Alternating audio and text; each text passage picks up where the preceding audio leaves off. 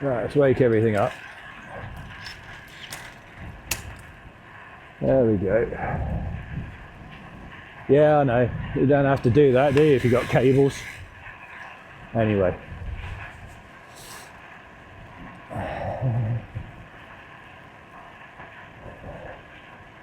Onwards.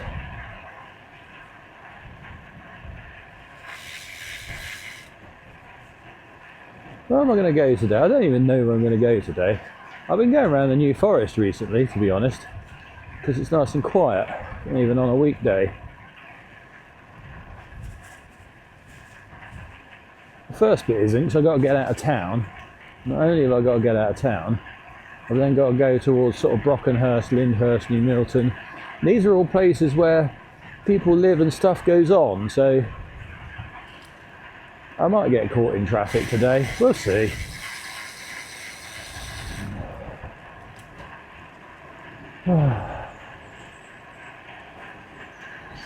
Does everything work? Yes.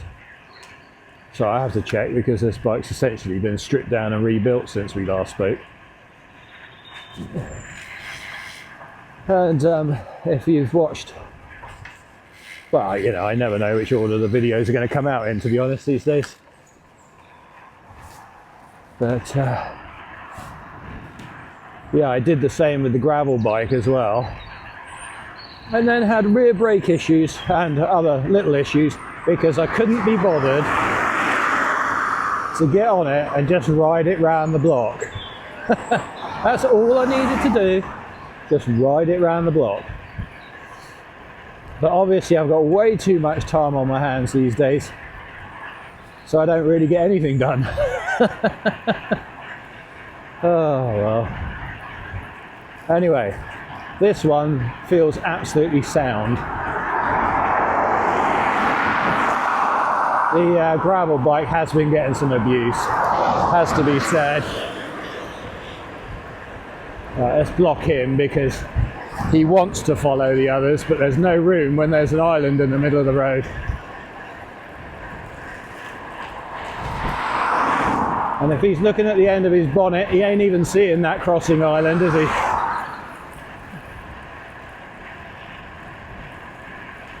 It looks like they're going to stay behind me and turn right anyway. A lot of people do turn right up St George's Avenue. I think they feel like it's a shortcut, maybe it is.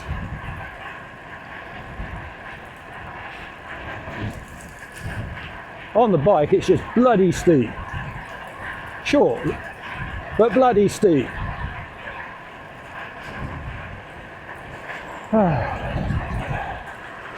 Anyway, yeah, bike's feeling really good actually. Got slightly too much air in the rear tyre, but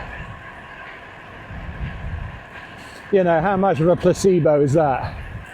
Gotta be, innit? I'm no professional cyclist. I know what pressure I like. Yeah, it doesn't mean it's scientifically proven as the right one for me. It's just some arbitrary number that I've come up with in my head that seems to work.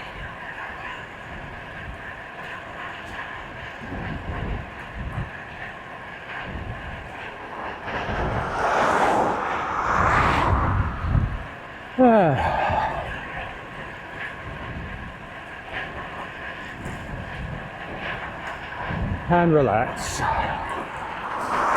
Tell you what, it takes moments. Get on the bike, start pedaling, think to yourself, right, let's just ease into this. And before you know it, you're doing 22 miles an hour. What's that all about? Morning. Yeah, I don't know. Crazy stuff, isn't it? But it has been a while. We've had our Tuesday gravel ride, Skyven ride, last week. That was nice. Bit wet. Floods everywhere. I say floods everywhere, I mean, you know, people aren't going down the shops in boats or anything, but on the trails, it was pretty mucky. and a couple of places deep, and at one place we did decide to turn around and go the other way, simply because it's one of those places where you need to see where your front wheel's going, because there's holes and drops and bits like that, and it was, judging by the height on the gate, at least knee deep.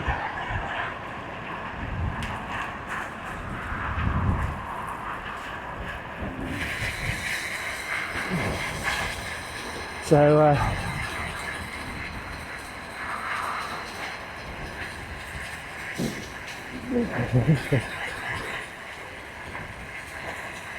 I know there's some holes along there, but it's pretty dark. No, all right. Oh yeah, that's good. Okay, I probably will have to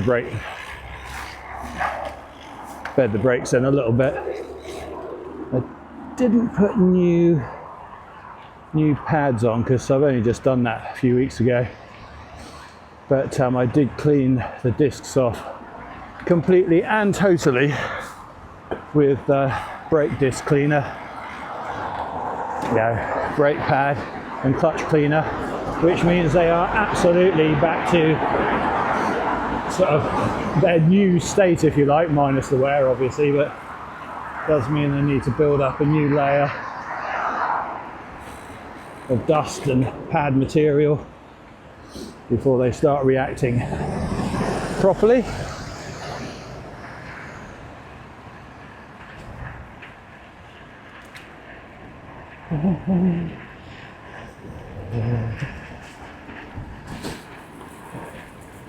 Yeah, I noticed on the rear caliper at the front, where you'd expect it of course, yeah, the paint on the front of the caliper there has started to come off, flake off, and a little bit of material, sort of powder and that, where it's deteriorating slightly, the aluminium. Nothing terrible, but I can see it's just starting, so I think I'll have to take that one off completely on the next strip down, probably spring, and just clean it properly, paint it, put a bit of lacquer over it,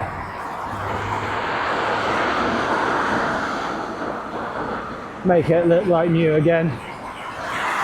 I know it won't necessarily stop the corrosion dead in its tracks, but anything I can do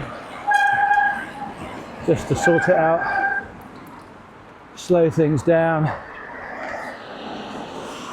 protect it, it's quite a simple job, isn't it? Quite straightforward. The integrity of the caliper itself is not being not in question here. It is just a bit of surface powder.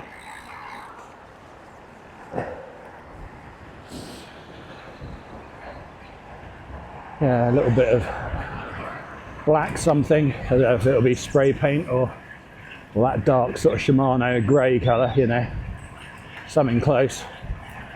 A bit of clear lacquer. It's not going to hurt, is it? I'll make sure that all the interior, the pistons and all that pushed right back, and put a bit of tape in there on the brake block. Yeah, it should be alright, shouldn't it?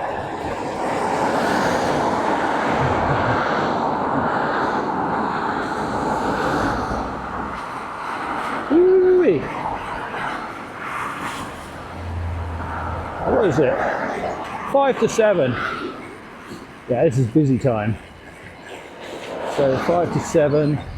I could head out into the forest. Once I get past Christchurch, it will sort of calm down a little bit.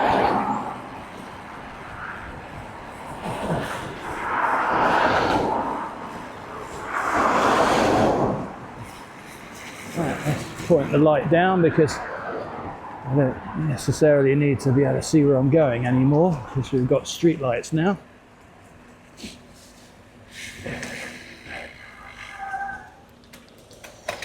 Right, anybody coming around? No. That's good.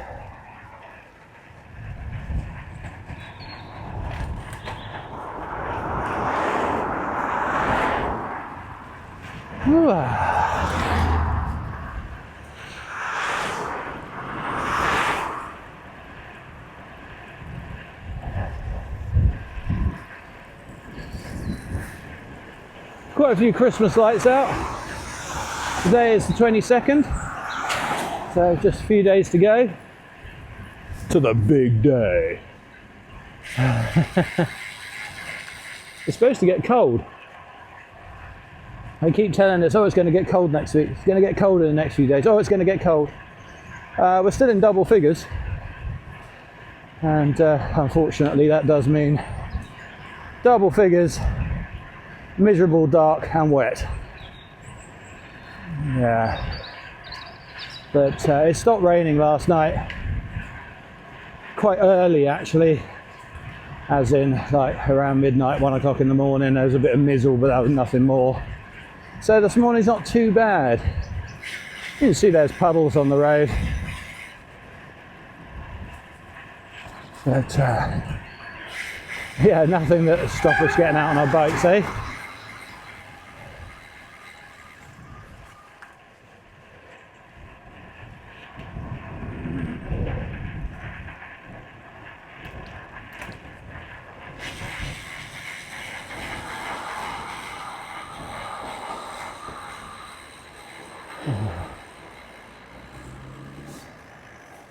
What have we got? Oh no, all right.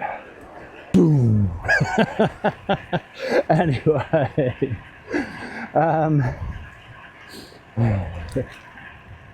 yeah, so it's 22nd, Monday morning. Traffic's going to be a little bit busy. Last minute shopping trips and all that, as well as people going to work, obviously. Kids are off, so there shouldn't be any school traffic. That always eases things quite a lot. Yeah, I just don't remember there being school traffic when I went to school. I used to walk to school, and I just don't remember there being lots of cars coming past or blocking up the school gates. Well, it just wasn't a thing, was it? Not back then. God, how old do I sound? Anyway, it just wasn't, was it?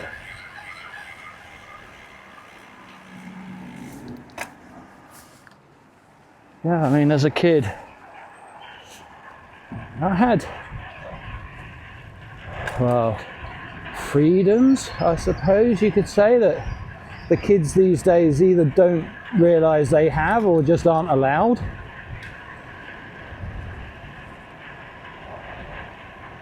Yeah, I suppose electronic devices, all that sort of thing, stay in your house, don't interact with anybody just in case they're a bad person, etc, etc, etc. And just invite them into your bedroom through the internet instead. Can't win, can you?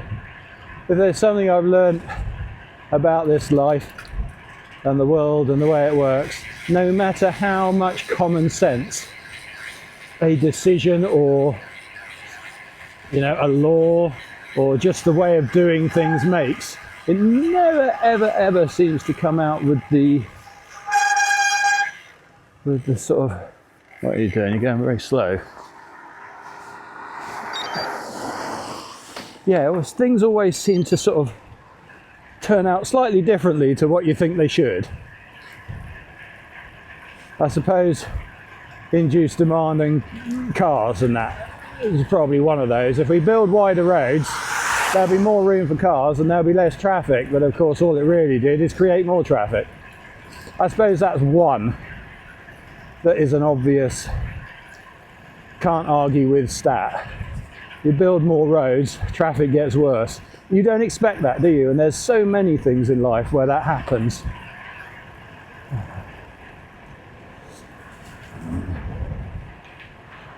And even if you do make decisions and they do turn out sort of as you planned, ooh, look at that, we missed that train by like 3 seconds.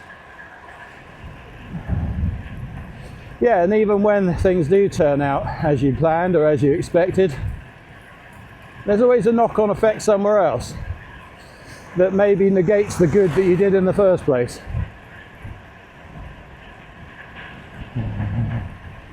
But hey, I'll leave that sort of thing to the economists to work out.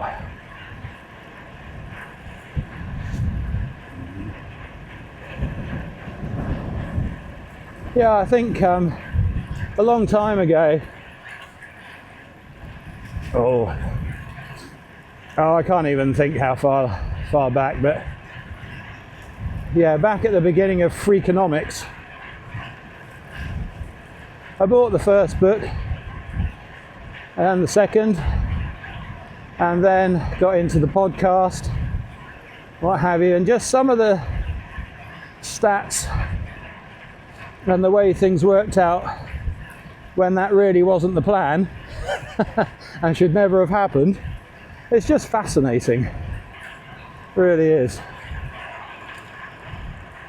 And I think that's why I try not to have particularly strong, unwavering views on anything. Because even though things look... Right, is anybody going to step out? That were good. Yeah, even though things look good on face value, and for the little bit of information I know, I don't really have all the facts, so it's difficult to make a well-rounded opinion that is unwavering, isn't it? Which is why I'm always saying, stick it in the comments if you don't agree, because obviously the amount of information I have and type of information may differ to what you have.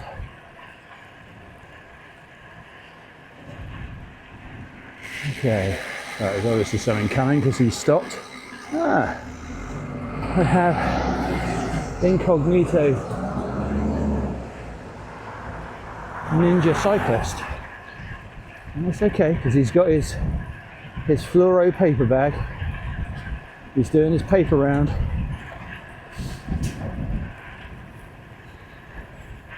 I'm sure I used to do the same. Is he coming across or is he going over the bridge? He's going over the bridge, isn't he? Yeah.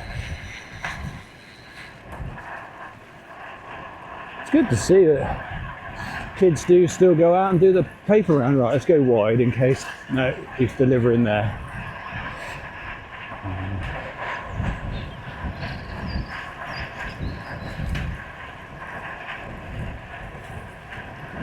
Yeah, paper rounds.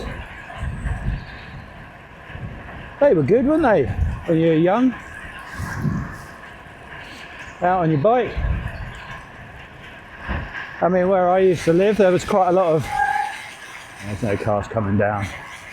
Yeah, where I was brought up, the round was actually quite small in area because there was quite a lot of houses.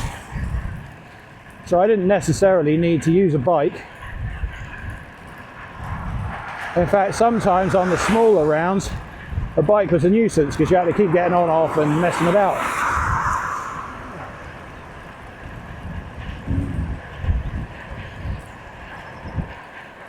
But no, I think paper round is still a fantastic thing for youngsters to learn, you know, the value of work. And I was always brought up, you see, that if you want something, you save up for it. Of course, these days, the big corporations haven't got any time for that. If you want something, you stick it on your bloody credit card or we'll give you a loan. So, of course, there's a lot of impulse buying out there, which I think causes some problems, doesn't it? But let's not get into that particularly, but the thing about saving up for something is it does give you a week or a month or a couple of months, depending on how much money you need to save or how close to the target you need to get, to think, do I actually want that thing? Or is it just going to go away into the back of my mind and I just think, yeah, actually, I'm not that keen after all. Yeah, and I think a paper round started that for me, because that was my hard-earned money, and then all of a sudden I had to learn, and did learn quite quickly really, that actually just blowing it on sweets and stuff that maybe I used to nag my mum and dad for really wasn't it.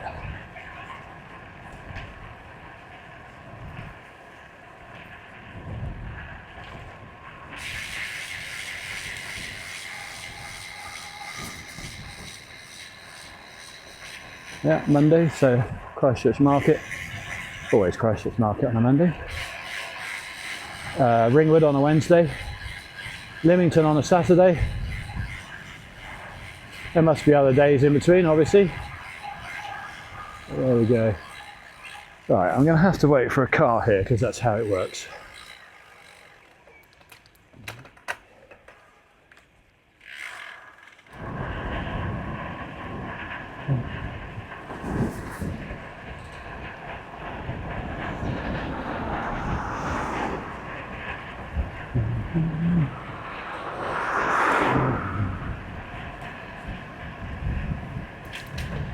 That we go.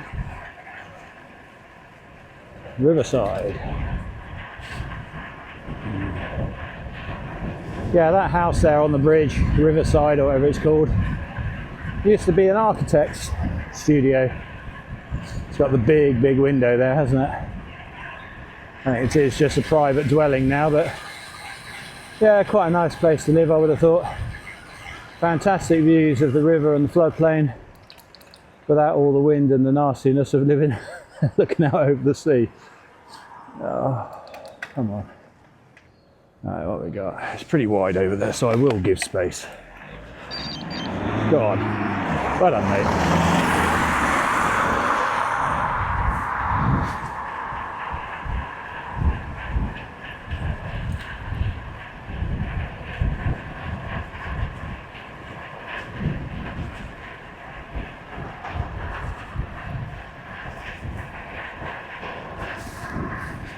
Yeah, all clear behind.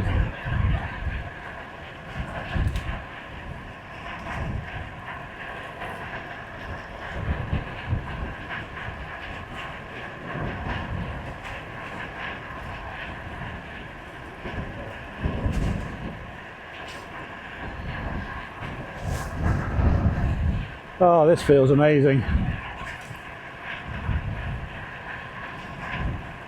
What a way to start the week.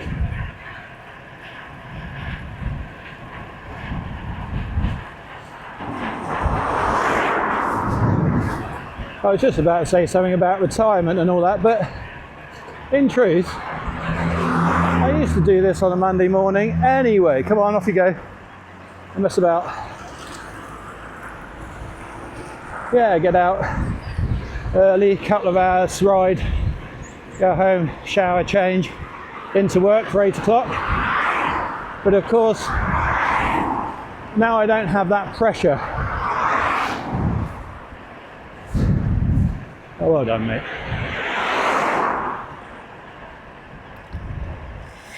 Yeah, if I want to go to Dorchester and get a coffee at Coffee One on a Monday morning, I can. So, I don't think retirement as such has changed too much in my life. I still seem to do the same sorts of things, but instead of work projects, I now have home projects. I mean, it annoys the heck out of Julie, it has to be said. Because, you know, let's just say she likes to sample the delights of the, you know, of the nighttime curtains we've got that block out the sunlight. So sometimes she won't appear until sort of 10, half past 10, 11. And she'll come out of the bedroom and I'll have a room completely upside down, measuring things. That's my stuff, what are you doing?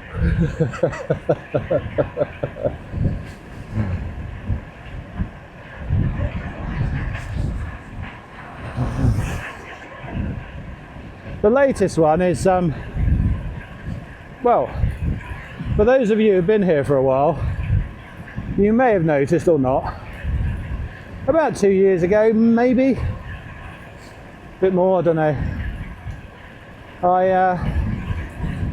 I put out some sort of tinkering content where I was working on the bikes. And that was in our second bedroom, what was our daughter's room. It's good size, a bit small for working on bikes, but not too bad. The other thing is it was upstairs, which is a bit of a nuisance. But, you know, I can still carry bikes up and down the stairs. No problem there. How are we doing? Yeah? Yeah. Anyway, just checking the camera. Make sure you're still there, because even though quite obviously I'm talking to myself, it's nice to know that my Wheelers at Large subscriber counselling service may get to hear all this rubbish sometime.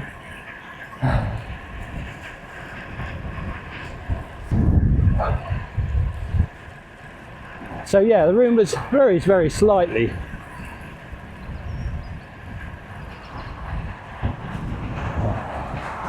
Okay, everything's calmed down again now. Yeah, the room was ever so slightly too small, really, but manageable. And of course, as soon as Julie walks in and finds, oh, nice big table. Oh, look at all this space. Yeah, sewing machine moved in, crick up moved in, and all of a sudden it became a craft room, crap all over the floor, you know, materials, paper, nail varnishes, you name it. So of course it got taken over, no room anymore for bikes. And I thought, well, actually, I can use the front room downstairs because that's where the bikes are kept anyway. You know that room when you're growing up, it was called the best room. Yeah. Our best room is bike room. I don't keep them in the shed or any rubbish like that. Yeah. We have a bike room. So anyway, I thought, well, that's fair enough. I've got a room downstairs full of crap. But I recently made the switch back from laptop work to an actual desk with a proper computer. I don't need to go and see clients anymore, carry a laptop. I might as well have something in situ. So of course I moved into the other end of the craft room, as I believe it's called. And I just couldn't put up with the clutter everywhere. So at the moment, our biggest battle is the new shelving and storage units I've put in. Obviously, in the finest tradition of husbands everywhere, it's not finished yet. But that's because I'm waiting for some worktop to arrive. Once the worktop arrives, I'll fit that, and then Julie can move all her crap back in, and hopefully it won't be all over the floor. Now, of course, the best thing about this exercise is that she's learning what she's got. Stuff that she put away, you know, a long, long time ago, that she's now rediscovering, which is actually giving her ideas for other projects. Which is good in one way, but it does mean we're going to have a house full of craft projects and not necessarily anywhere to put them. Anyway, let's not worry about that. we've got a house full of bike parts. I'm going to have to find somewhere to put them because we need the bike room for Christmas dinner. Yes, it's a very strange day, Christmas Day for us. I wheel the bikes down to the shed, we have Christmas dinner, and then I wheel them back in again.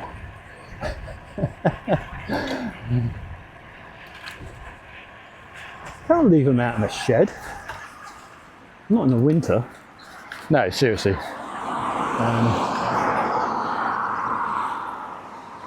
Yeah, I don't leave them out in the shed. Not for security purposes, so that does play a role, obviously. Oh, there we go, I'm in. Oh, that took a moment. It's funny, isn't it? It doesn't matter how many years or how many miles you've done on a bike. Sometimes clipping in is problematic.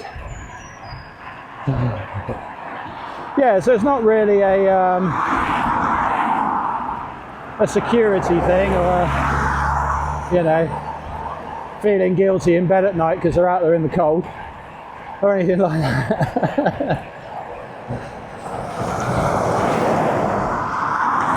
Especially in the winter, it's more a case of convenience, not having to walk up and down the garden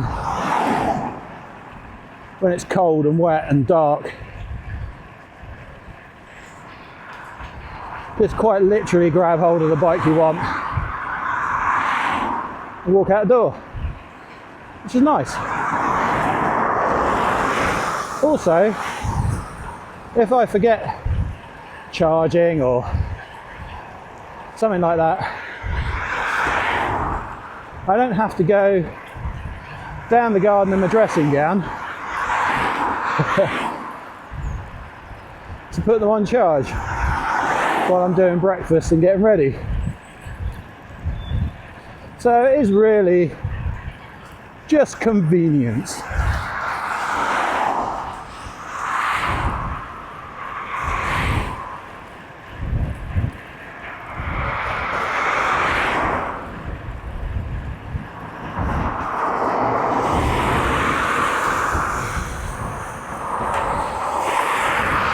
Okay, all clear again.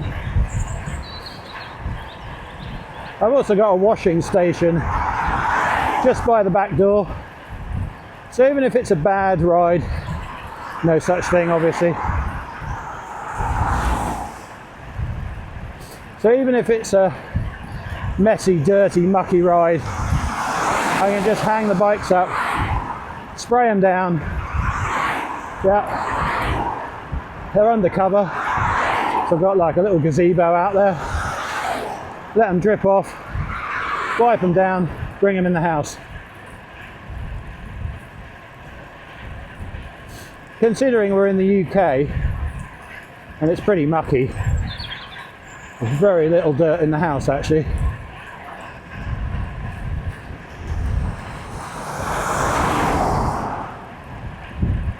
Which is quite nice.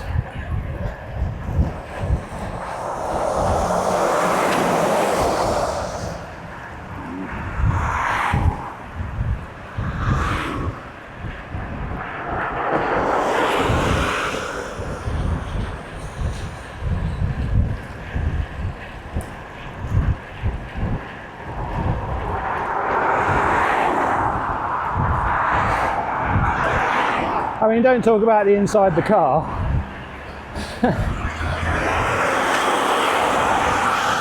I'm sure there's more New Forest dirt in the back of our car than there is in the New Forest, but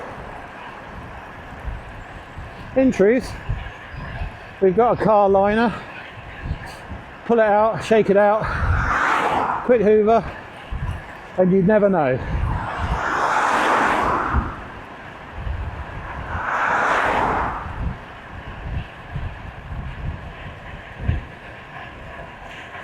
This is Highcliffe. This is where I was brought up. Now, before you all start posh end of town comments, I don't think it was that posh when I was here.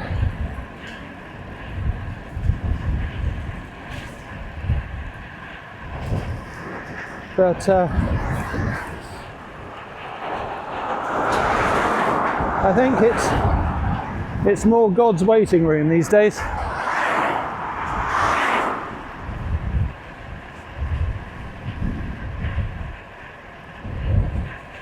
Right, is any of these turning? No indicators. Okay. All clear behind still.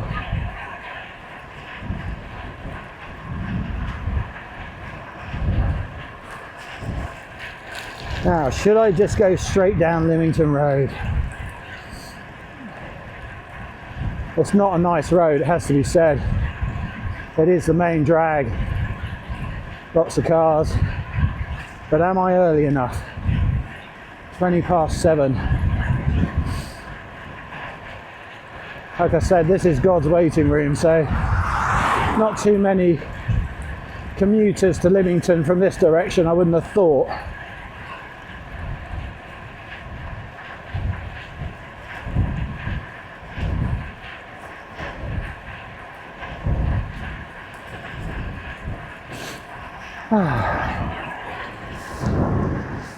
Right, I'm having the middle of the road here. There is a car coming up behind me, but they're a bit off. Yeah, they're just catching me now, so I'll just let them know where I'm going. Bit tight down through here, Chewton Bunny, but straight bit here if they're quick.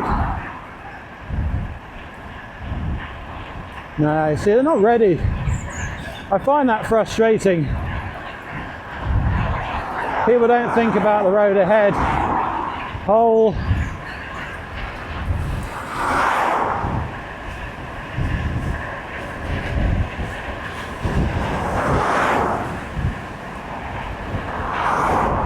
Holes there.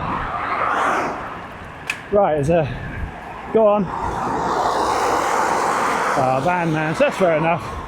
Possibly hasn't got the acceleration. He's having a car.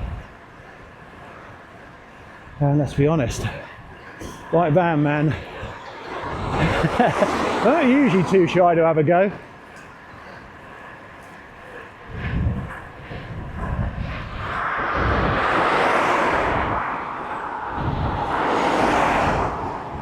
There you go, up to the top.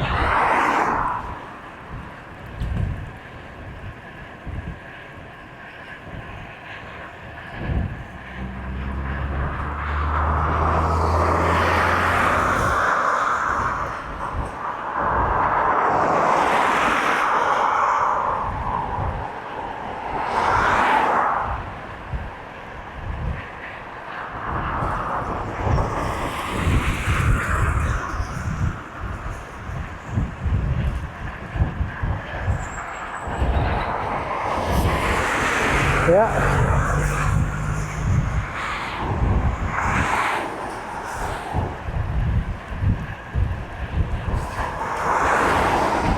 I should possibly have protected myself better there.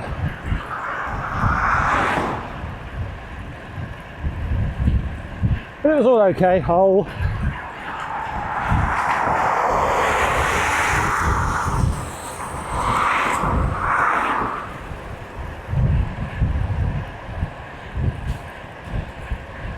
Hole. Right, I'm going to stay out here.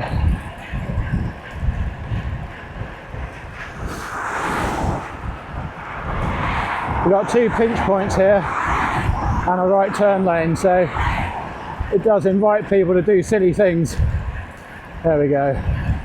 All yours, mate.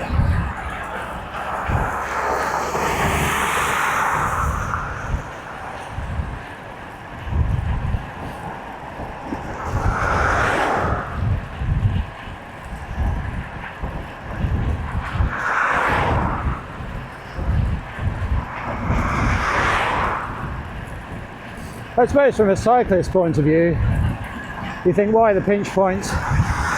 Why the right turn lane? But of course that was created for pedestrians. It's not all about cyclists. I know it should be.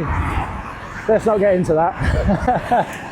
But yeah, there's quite a few events go on in the sports club there, playing fields, etc. Right, I am going to go the back way.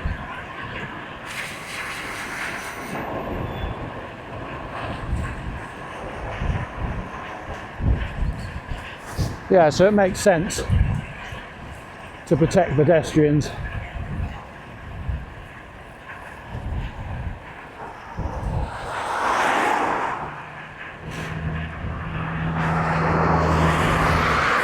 So sometimes we just need to look, don't we?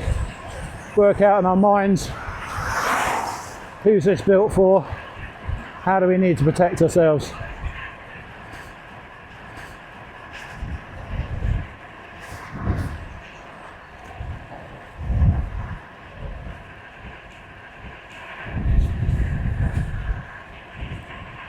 Anyway, New Milton.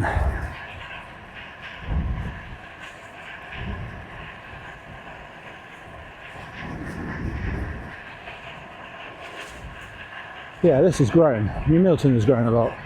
This is old Milton through here.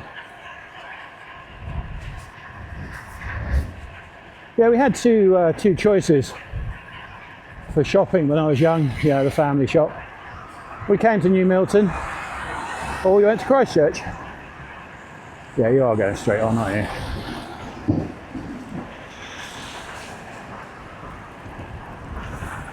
I mean, New Milton's never been as large as Christchurch, I don't think, from sort of convenience, shopping, you know, what's on offer, let's say. But it is certainly grown, and it has everything now. I think they've even got a KFC, for crying out loud. Or not, have they? Well, no, they did. It's obviously shut down, so it's now Dixie Chicken.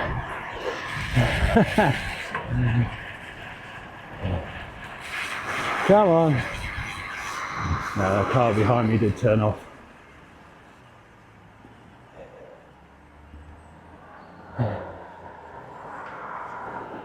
Oh, they are changing.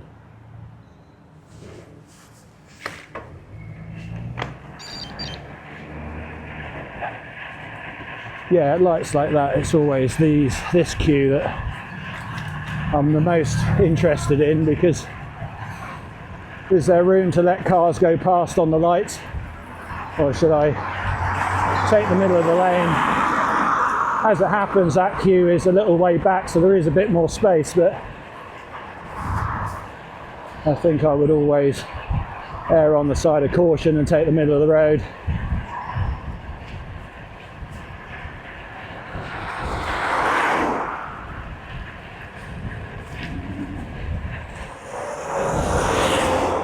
It's one of the things I think about.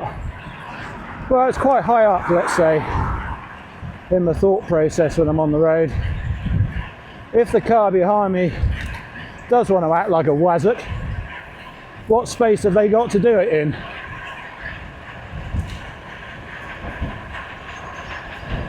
And what space have I got to escape?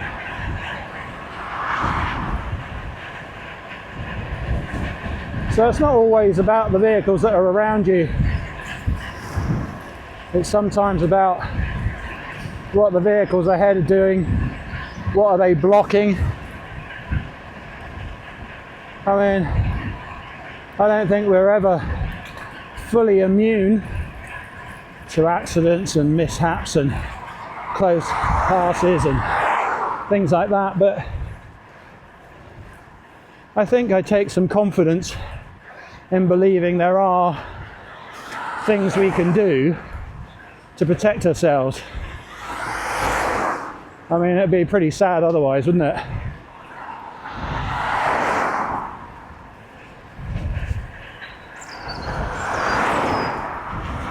Yeah, if that confidence wasn't there, you'd basically feel like you're at the mercy of everybody around you.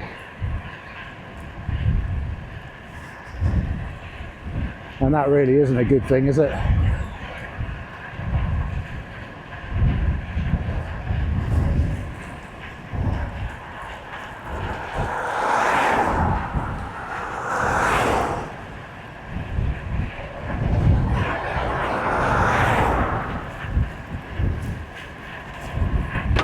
Holes. Missed the big one. I suppose that's all that counts.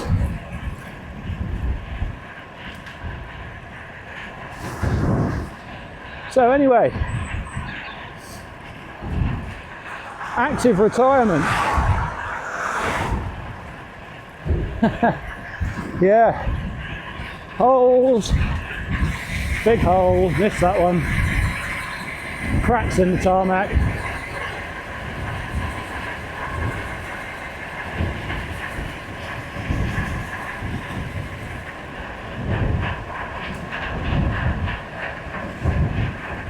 Nothing behind me.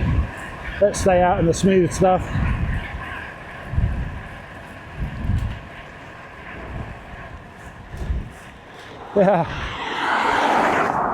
Yeah, so active retirement.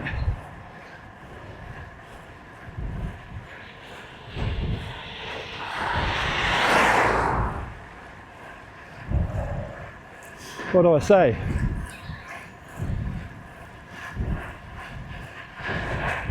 Funny, isn't it? You think, yeah, just go ride my bike till the wheels fall off.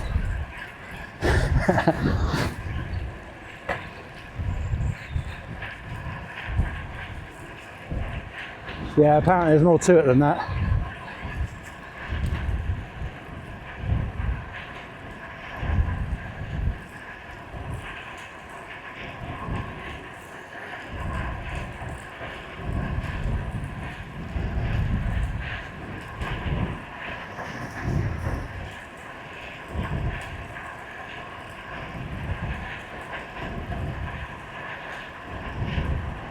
Right, what are you doing?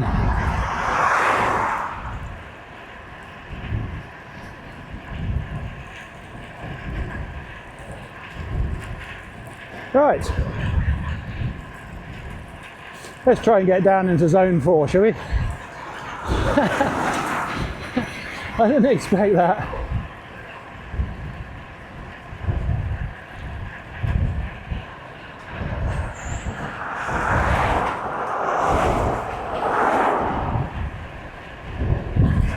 Yeah.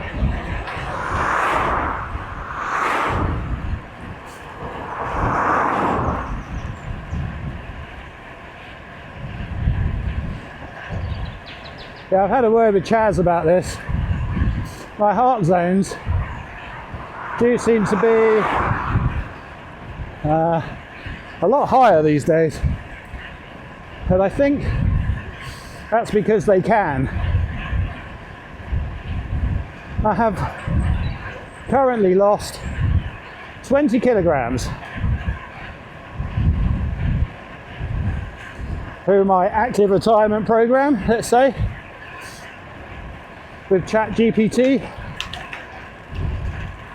And I think the truth is, my heart just couldn't give me any more than about 155, 160. When I was 20 kilograms heavier. Well, now, of course, it can.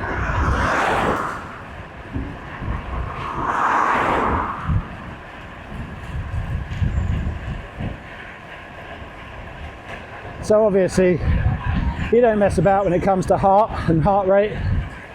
I don't have any pains or stiffness or any feelings I need to worry about. That's for sure.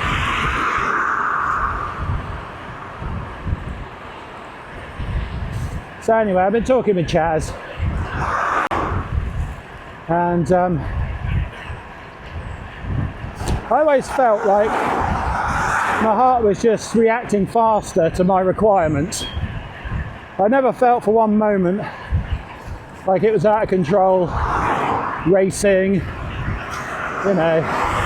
all the things you worry about in your middle age, I suppose. I don't have palpitations except at one particular and very specific time, and that still happens. I'm not going to go into the details of that.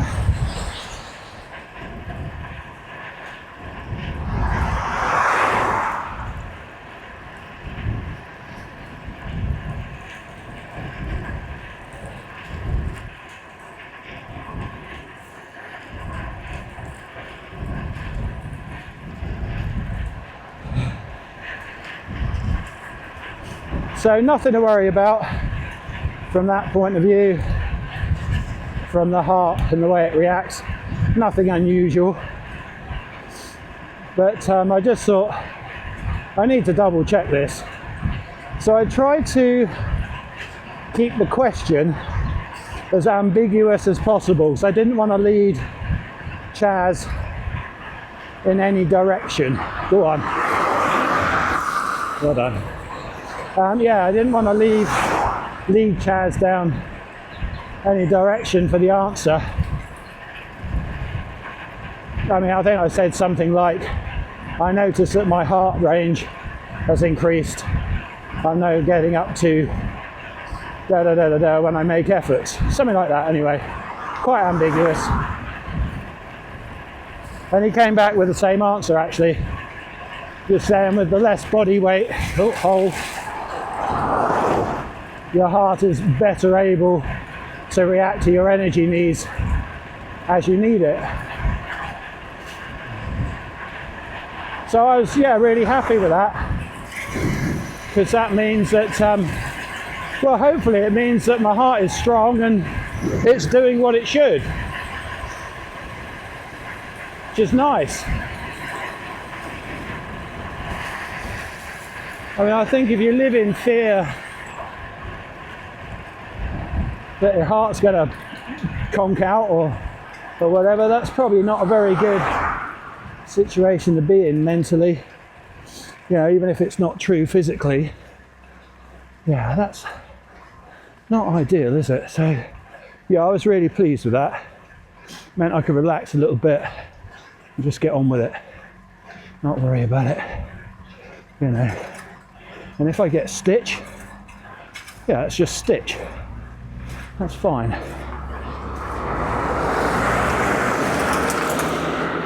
I'm okay with that.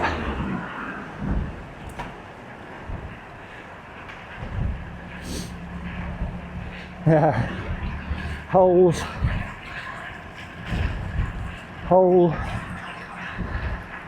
Go on, mate, quick.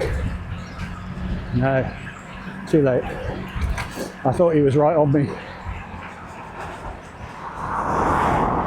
Go on. No, not even in the right gear.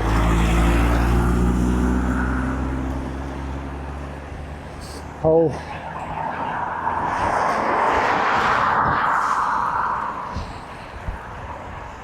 That said,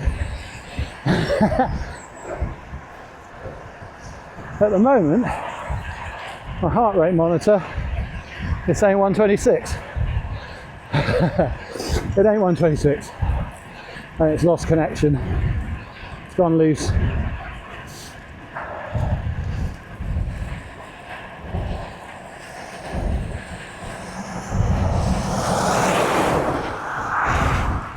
Or maybe my heart has stopped. I just don't know about it yet. Hold on for the next 30 seconds.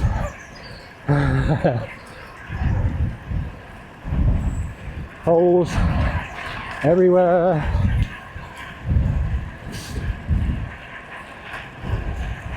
Yeah, going back up again now.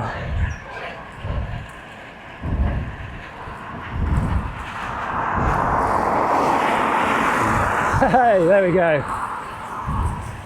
We're alive.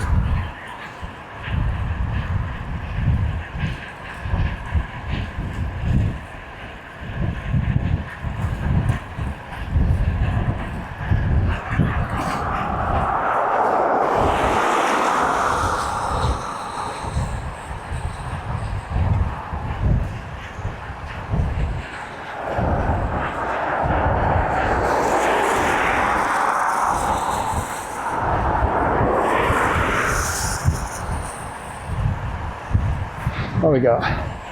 Yeah, all clear now.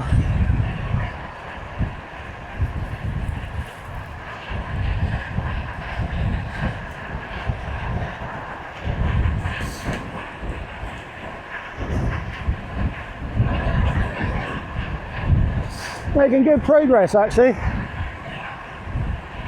There is a problem with that. I'll get to woods before they open.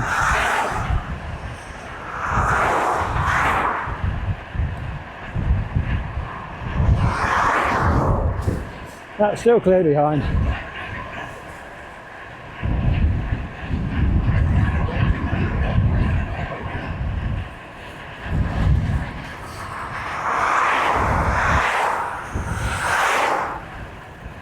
They might even be shut today.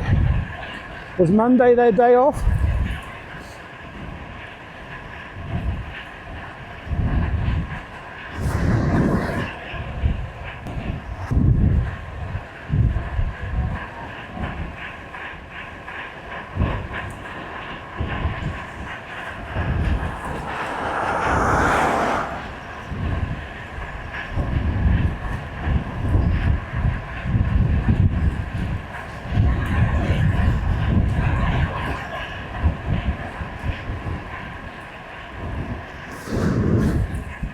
Yeah, so as part of the heart rate conversation, I did ask Chaz, walking and riding,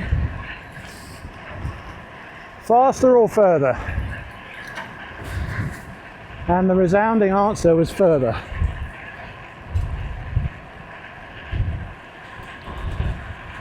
Yeah, he was saying, very tactfully, for an old bloke,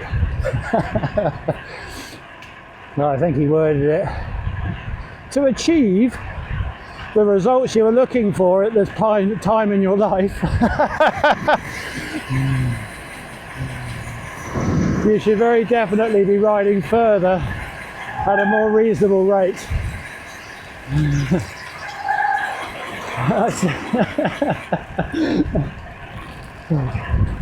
So anyway,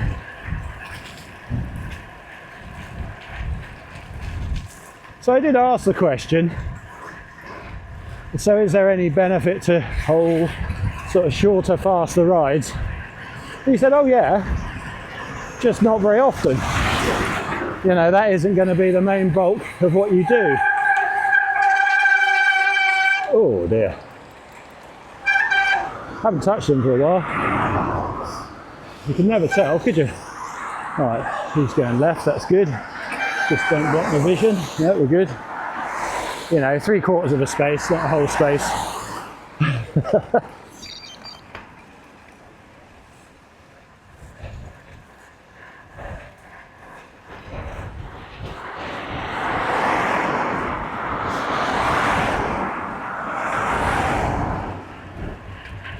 Yeah, so we did say slower rides a little bit further, definitely the way to go.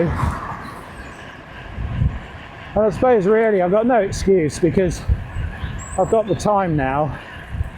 If I say I'm going out on the bike for half the day, that's the decision made, isn't it? I just get on and do it.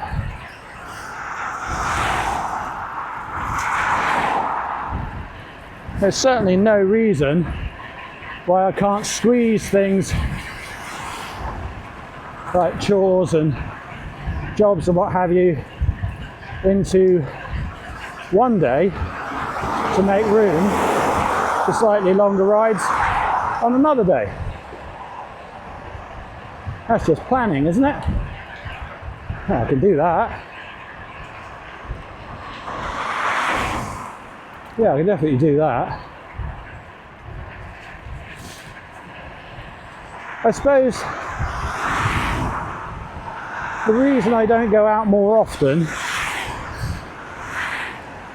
I want it to stay enjoyable.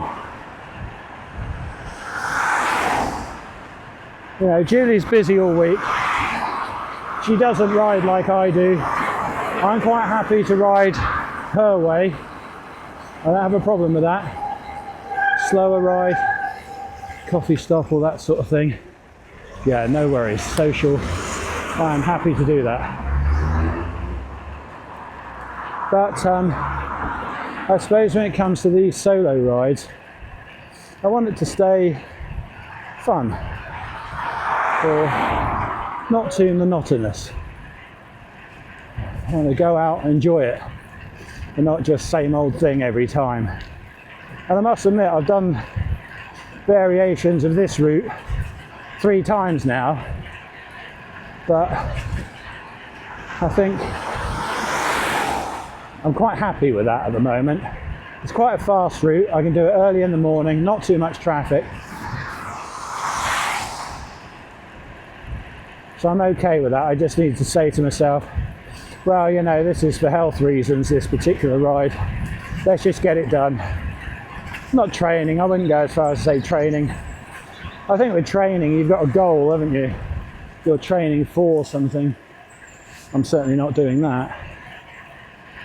So, yeah, I think I would happily ride with others, but I don't think others... Ooh, the only people I know that do want to get up at this stupid time in the morning and go out in the dark and the wet and the cold probably wouldn't want to ride on the road. So that makes things a little bit awkward. Obviously, if somebody says, oh, I'm out tomorrow morning at silly o'clock, we're going on a gravel ride, I'll pipe up and go, oh yeah, I'll do that, you know. Quite happy with that. But yeah, I think these particular rides where I ride on the road, I don't have a large pool of co-riders, let's say.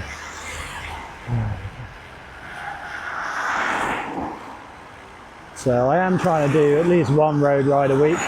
I haven't done a road ride for a couple of weeks now. Been out on the gravel bikes, it's not like I haven't been riding.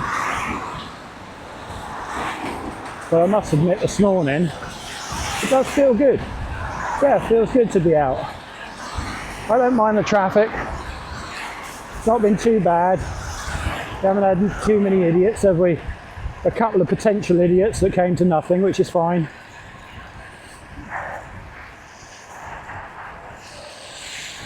Yeah, so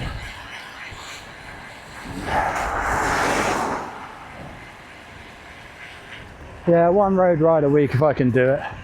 Don't sweat it too much if I can't.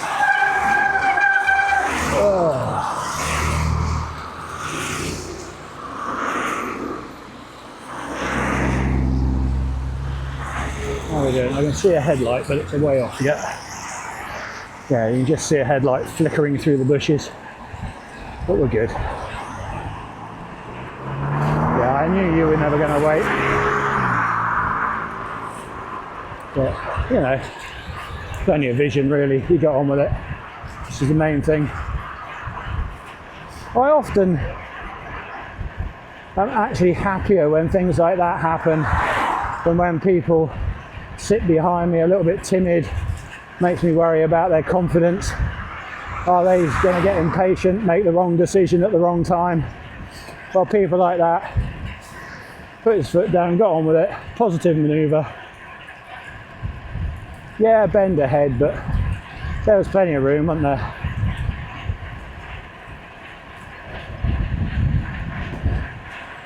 Yeah, I think sometimes it's nice to build my confidence off of somebody else's.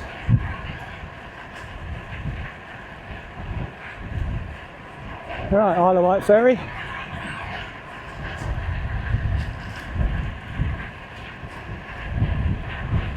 Yeah, I'm going to be very early into Lyndhurst, so I'm afraid no marmarilli or goat's cheese and honey chili thingy for me today.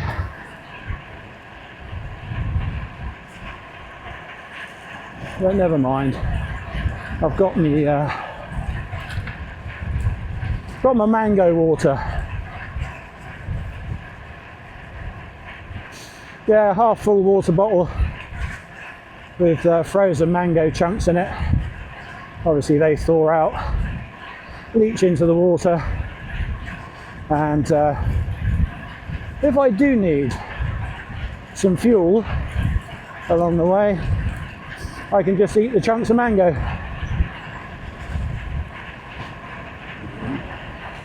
Doesn't really happen, but it's nice to know they're there if I need them. On a Purbeck gravel ride, I usually have them on the ferry on the way home. Finish the water, mango, get some energy in, start the recovery before I get home. That sort of thing. Very bumpy bit of road this. That's okay.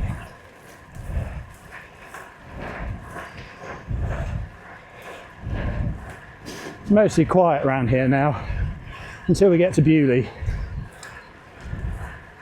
That'll all kick off again.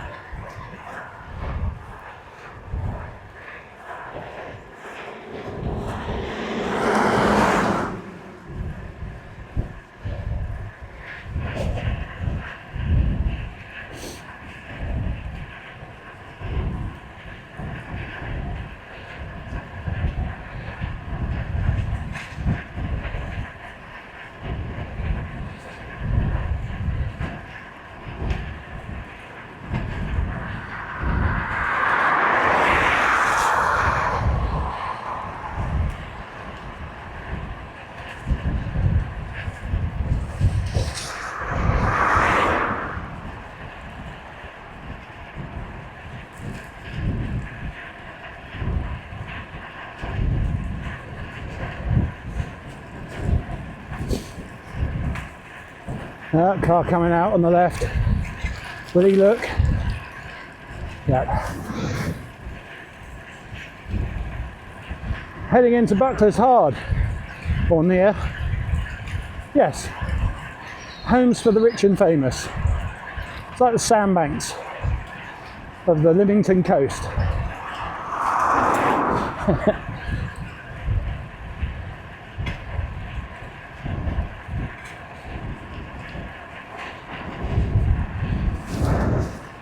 Here he comes. Please don't try and overtake me. There we go. Avoiding holes. Go on, mate. Again, not ready. Just sort of dawdled. Anyway, he had a better view on that side of the road. So that suits me.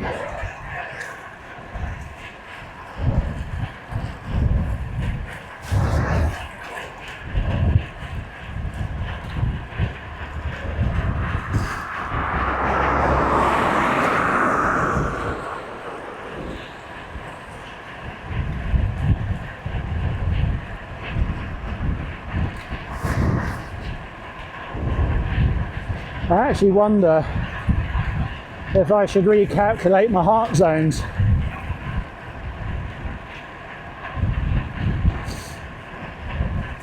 Body composition, weight.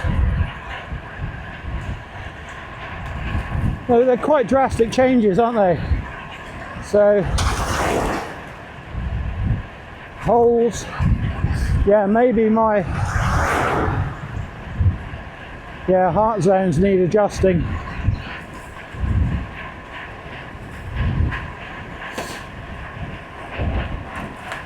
Or maybe they're just right now. I'm in zone 5. I'm going in and out of zone 5. I'm coming back down again.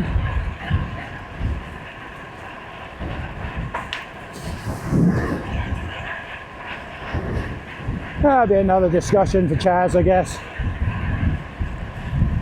We can all do the 220 minus your age thing.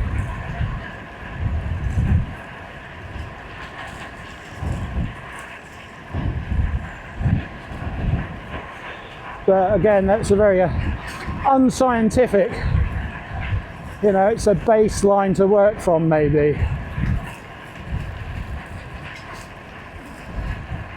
It probably works for a large average of the population.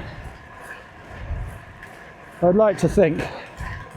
But some of us out on our bikes are not just average population, are we?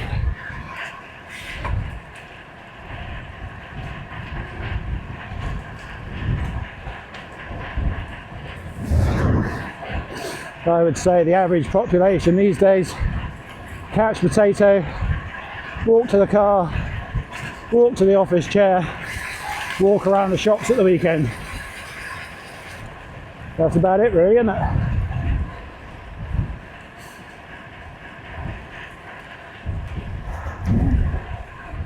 That's definitely not us, is it? Certainly isn't me.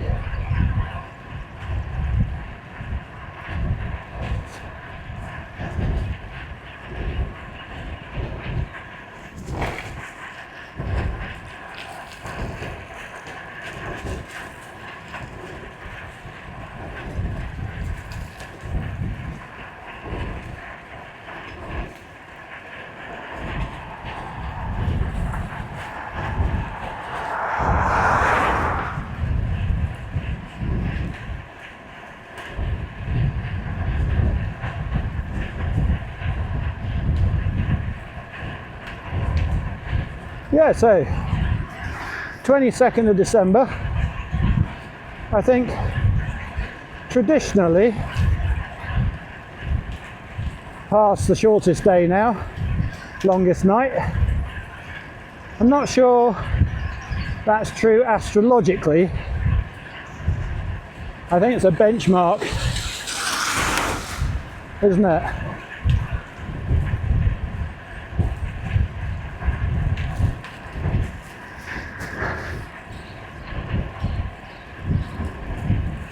I think the shortest day is definitely around now. I don't dispute that. But whether it's exactly the 21st every year, I don't know. I think as the Earth turns, it oscillates a little bit, doesn't it? So it does fluctuate a few days here and there.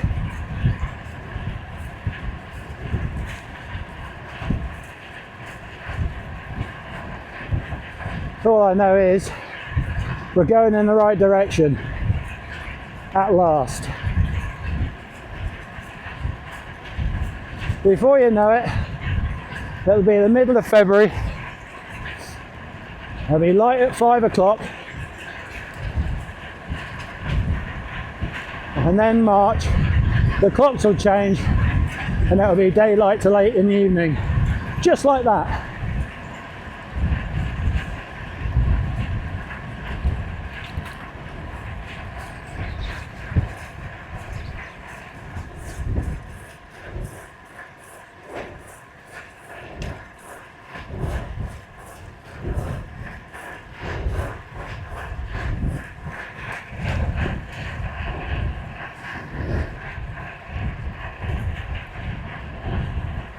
Right, we're doing okay here, aren't we?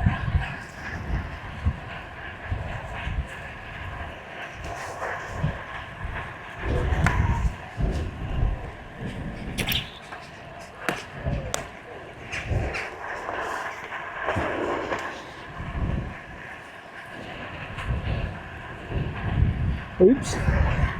Yeah, fidlock. Don't bother, honestly. Ordinary bidons and bottles. Look, it's very simple, isn't it? As men especially, we know how to hit an opening in the dark without looking. You know? That's something we're good at. So, stick to your bidons and bottles. Fidlock. Oh, you're just fumbling around until it clicks. I don't care what anybody says. They're good, secure. Yeah, very nice. Lid, gravel rides, brilliant. But honestly, if you're having a day where you can't clip in and your fidlock, not your friend. Yeah. I think in retrospect, it's one of those products that we just didn't need inventing. Bottle cages and bottles work just fine.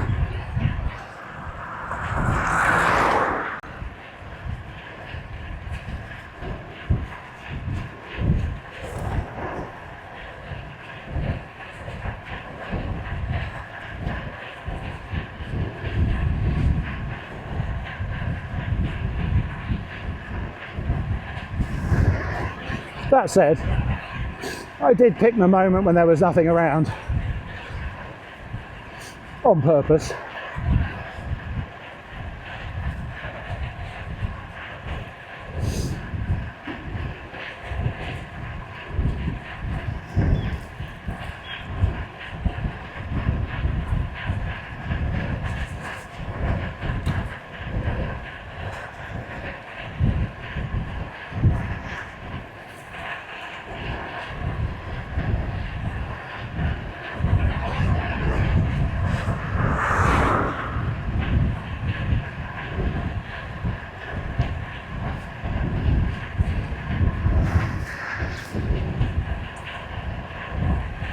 Right, getting close to Bewley, or Bolu, as I heard someone on the radio call it.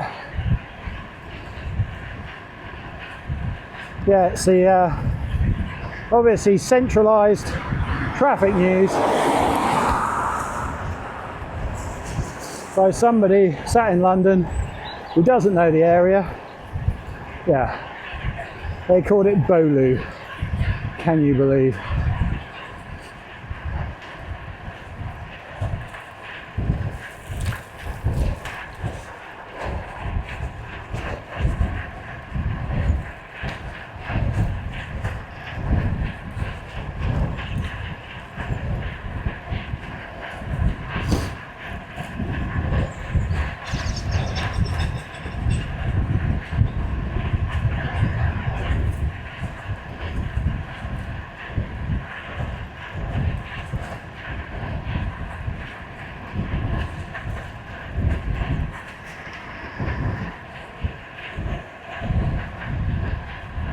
What are we on? 156 heart rate.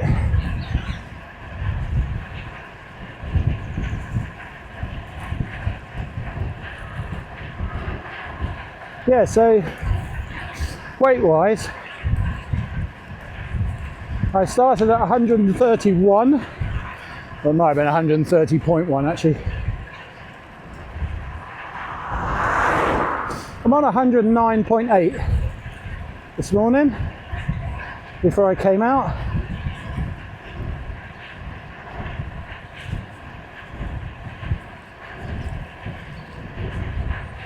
Yeah, I think we're talking 20 weeks. So not fast,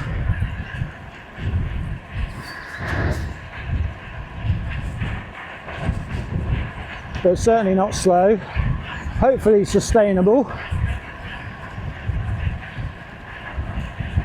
I've been doing it week to week.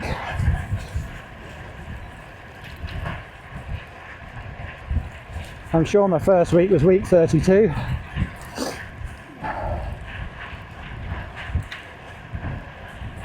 This is week 51.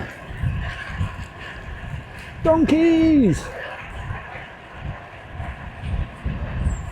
Love the donkeys. They just sit in the bushes there.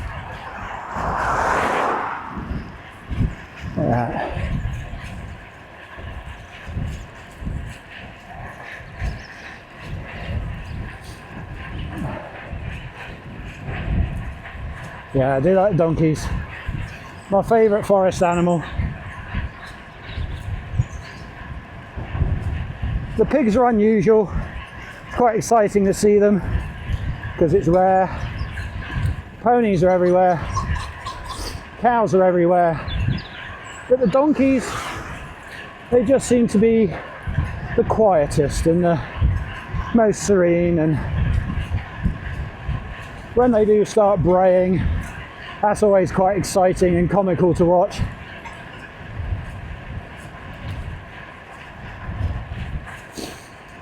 Yeah.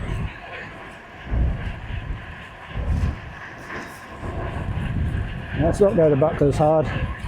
Stay on the main road for now. I mean, I call it a main road. It is what it is, but not so much traffic as there.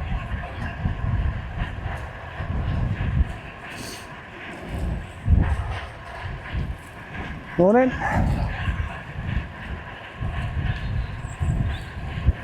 Alright, East Boulder.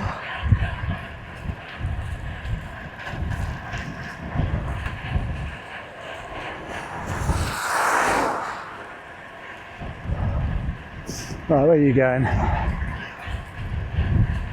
Okay, there's a car ahead. So if you're going to do it, please get on with it. Holes everywhere. This is about as far as I can get over, to be honest.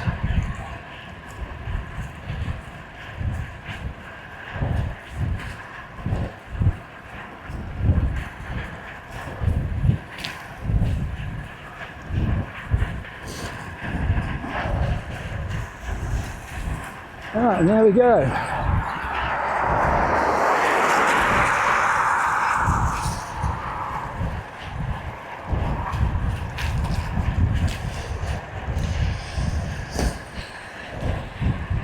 Yeah, so really pleased with the weight loss situation. Nothing too extravagant, no big losses, all very sustainable. Consistent, let's say.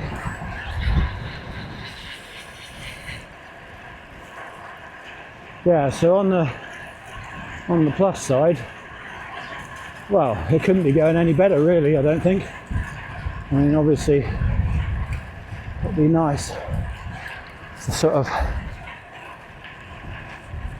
be 13.5 stone, or, you know, 90 kilograms and have a six-pack, but you know, that's never going to happen.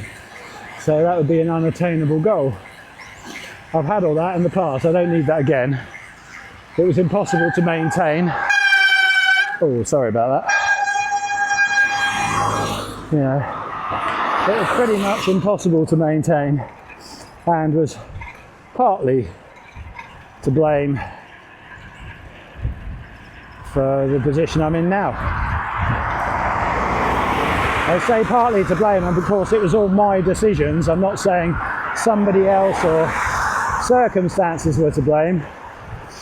I think I just got carried away when I was younger. Too much exercise. Yeah, too strict with the diet. Is this history repeating itself? Am I going to be able to maintain this? I don't know. I don't know. I hope I've learnt from my past.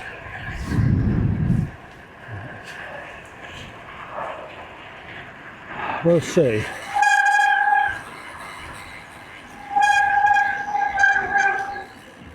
Okay, we're good. Yeah, it would be very easy, I suppose, for me to get carried away again. I think this time I've built in guardrails, as Chaz calls them. Things that relieve the pressure. You know, things that I'm not constantly stressed or on edge in case something bad happens. You know, the word bad is probably too strong, actually. In case something happens that might drag me back into my old ways. You know, he always says that actually this is about consistency over time. This is not about day to day, you know, one bad day kills the whole thing. I treat it as day to day. I like to know what my deficit is towards the end of the day. I can then choose my food and what I cook based on what I have of allowance, calorie allowance in the day. It's taken me 20 weeks to sort of learn to be confident with that. When I was in Portugal, Julie and I went to Portugal for a week back in October. I had a few panic moments. I'm over that now. I'm sort of a bit more open-minded, able to look at it. Helicopter view. I can't believe I was about to say that. Blimey. This is the sort of thing I used to say. Yeah, sometimes I was that twat in board meetings. But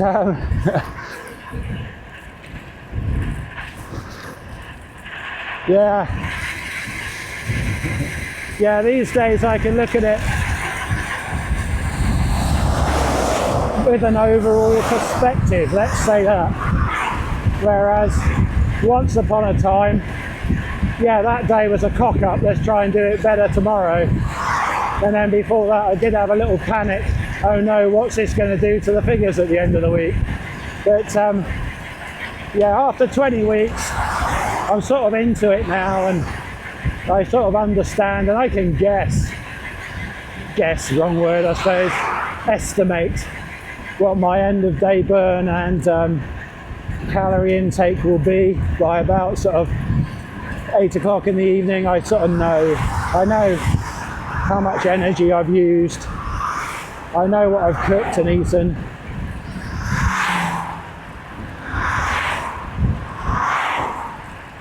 And in fact, Chaz has stopped giving me the figures unless I ask for them now. And now I didn't ask for that to happen. He's just withdrawn the sort of running tally, if you like. Cool, flippin' heck, it's cold here. Oh. It's just got very cold. We are at sea level. This is like a basin, so it does hold the cold air, I suppose. But yeah, so yeah, the running tally throughout the day has been withdrawn. I didn't ask for that to happen. Chaz has just decided I don't need to know these things anymore. He'll tell me if I ask for them, obviously. It's not a secret. But I don't know if this is part of the process or if the developers are trying to save bandwidth by doing less calculations because they're getting, you know, ChatGPT is probably getting a lot more popular.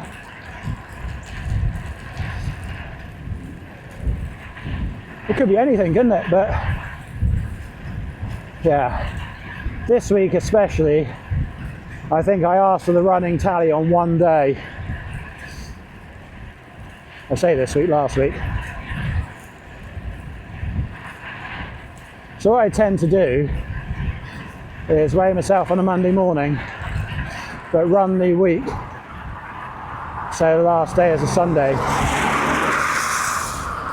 But we don't tally everything up until the weigh-in on the Monday morning. Because what was happening with Sunday being ride day,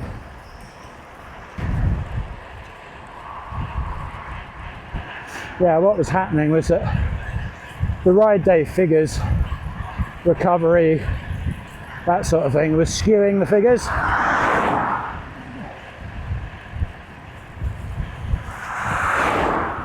And in fact, I found that things are a lot better now doing the Monday morning thing, because even if we have a ride on a Sunday morning, which we do, it's generally an easier ride, a shorter ride, more social. And then the rides in the middle of the week, like this one, I've recovered from, and the body's calmed down, water levels are back to normal, salt levels are back to normal, and just get a truer reflection. Am I fudging the figures? I suppose ultimately the trend would still go the same way, wouldn't it? But it's that thing, isn't it? For every gram of carbs, your body keeps 3 grams of water to be able to deal with it.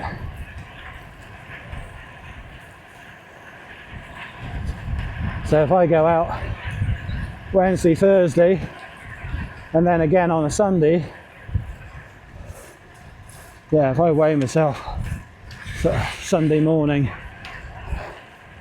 I'm possibly not over the recovery and the later rides in the week. Yeah. I think, yeah, the Monday morning has worked better. We've got a scale. It's not super duper. It's just one of those ones you stand on. Gives you body comp. Hasn't got the handles. Right, are you happy there? Yeah, you are, good.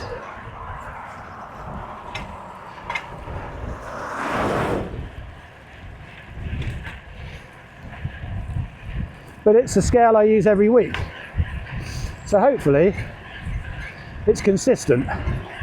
Even if it's a consistently bad reading, as long as it's consistent, it's still going to give me trends. And that's what we're talking about here, isn't it? You know, I am not an athlete that requires scientific levels of body composition.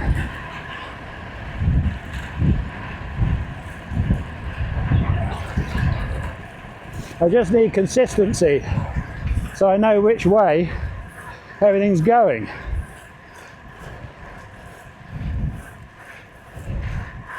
There we go.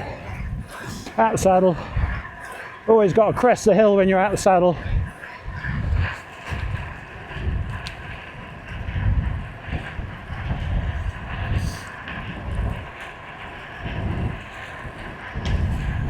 And we did find at the beginning, yeah,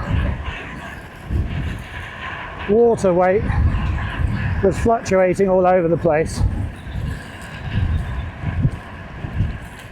So by moving the weigh-in to Monday morning, it's become a lot more consistent.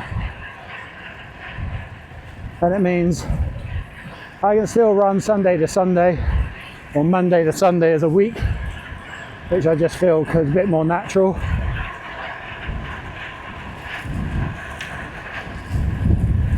And not have midweek and Sunday morning rides sort of verge into each other and create weird readings. Come on. Sometimes I end up going out on a Thursday, Friday, Saturday, or Thursday, Saturday. Things can get weird, but we take that into account now. We've learned, or I have.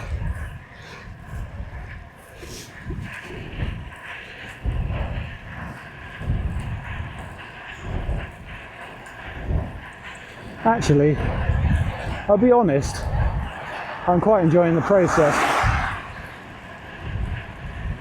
Now I don't have those panic moments when I get it wrong. They become learning moments.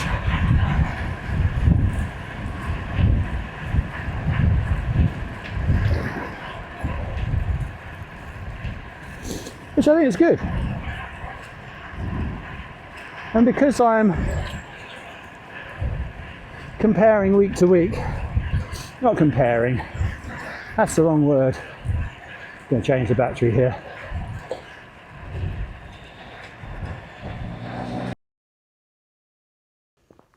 Yeah, going out onto the plain there gets quite windy. And of course, if the battery runs out in the wind, I don't necessarily hear it. It's got quite chilly there. Yeah, and it's going to get chilly through there. I can see the mist in the valley, so it's going to be cold. Yeah, we're good. Boop-a-doop-boop-a-doop.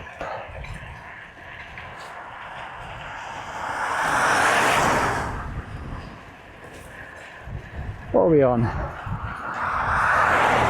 28 miles, average of 17.5. That's not bad, is it? We're doing all right.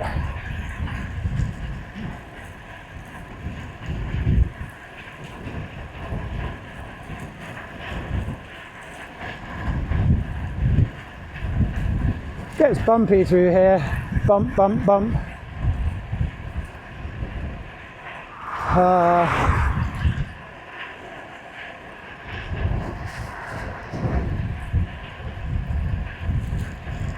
It definitely feels like there are joins under the surface, like concrete.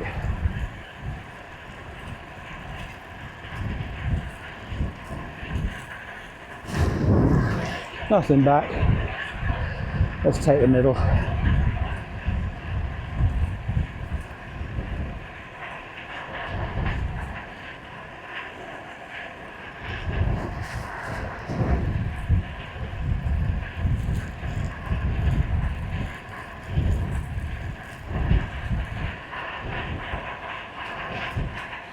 There you go, there's the mist. Mist through the trees. Nothing behind me, let's have a quick look.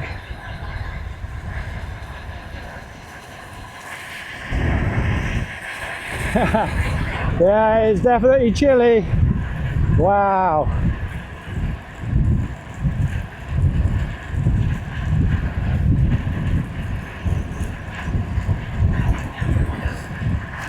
That is cold.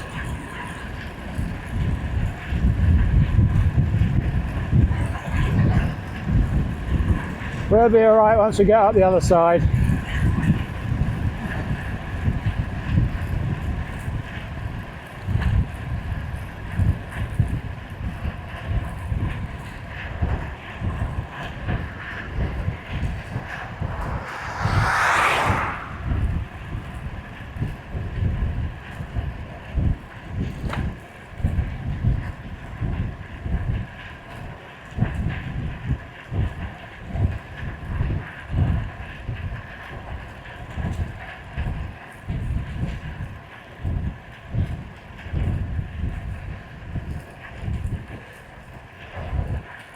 Here we go. Getting warmer again now. Morning. Yeah,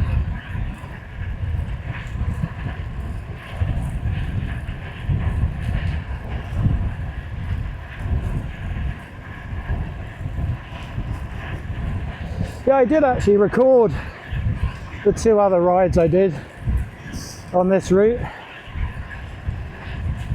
But I wasn't really in the right frame of mind. I watched them back. Just grumpy old man mode, you know. I don't know why.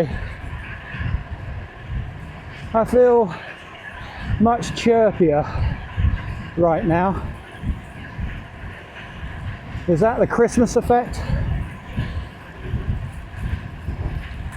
Maybe.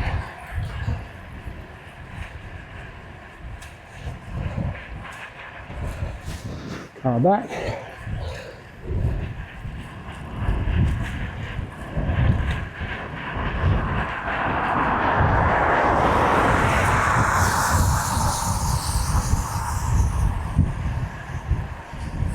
I feel a bit happier about Christmas this year. Why is that? I think there's less pressure. We are, well, I suppose previous Christmases, it was really just a case of time off. Always. With every job I've ever had, Christmas week has been time off.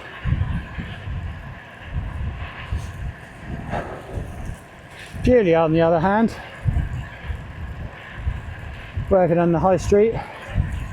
She only had the bank holidays off. And of course, retail these days, they don't even get those. Christmas Day's about you a lot, isn't it? Shops are open again. Boxing Day, aren't they, for the sales? Well, quite a lot of them are.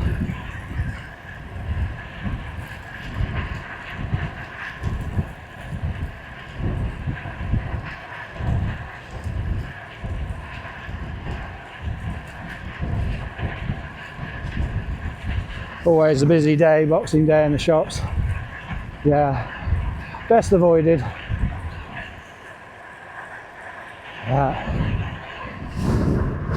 Mist. Wow.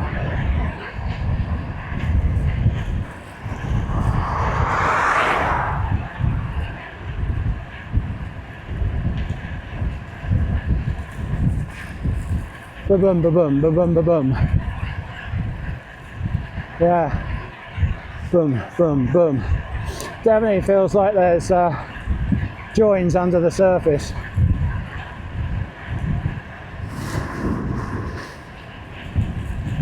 Okay, so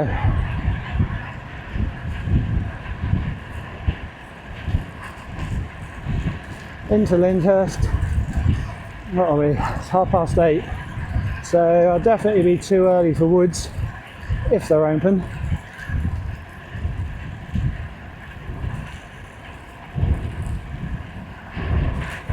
I'm sure they open at 9:30.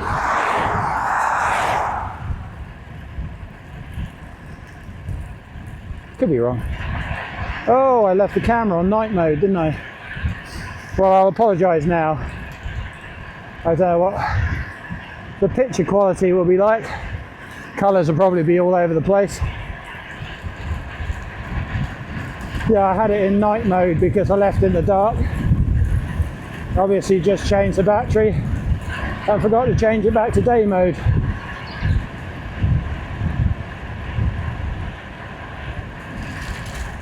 I must remember to do that when I get to Lyndhurst. I know, for a lot of you don't really notice things like that, but for me, it's extra work.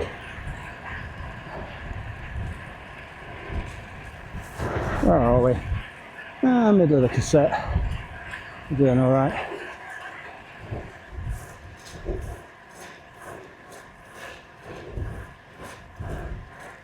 Right, it's getting grittier and grittier as we go, obviously.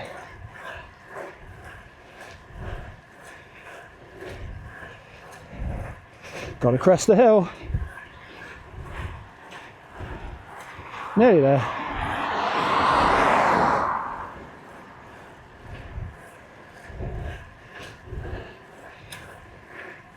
There we go.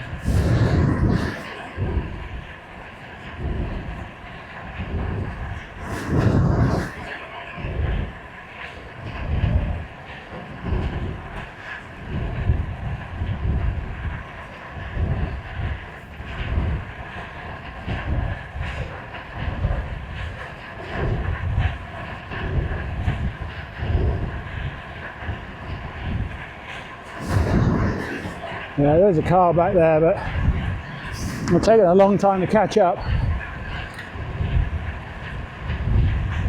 There we go.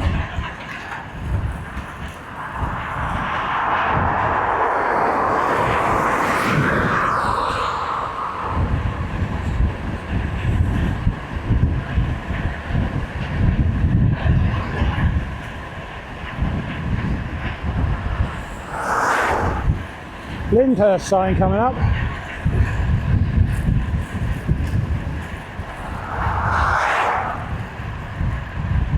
From a cyclist point of view, this Lyndhurst sign is a little early.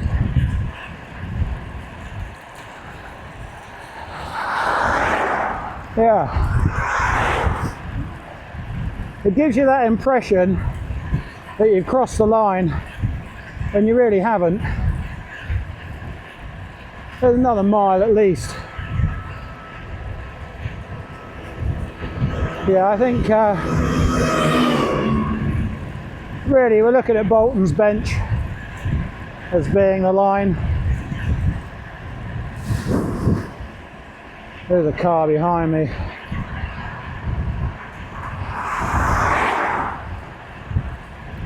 Well, hopefully he's going to go. Go on. Make my mind up for me. Go on.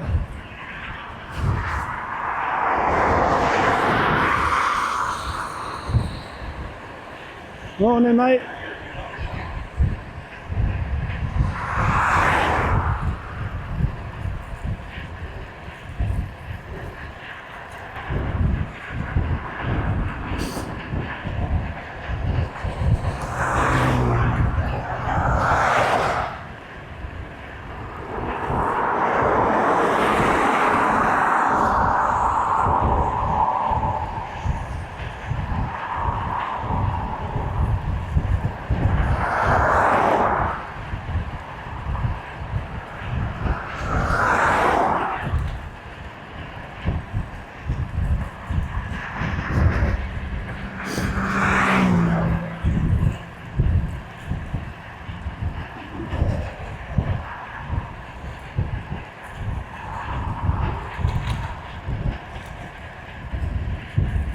Right, there we go, there's Bolton's bench. Tree up on the hill.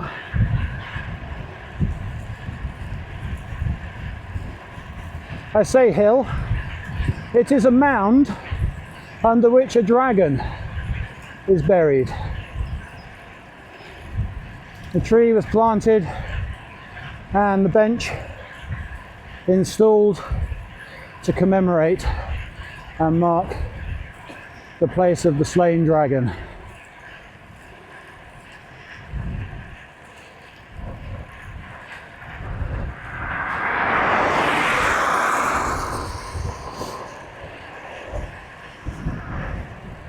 But only now are we really in Lyndhurst.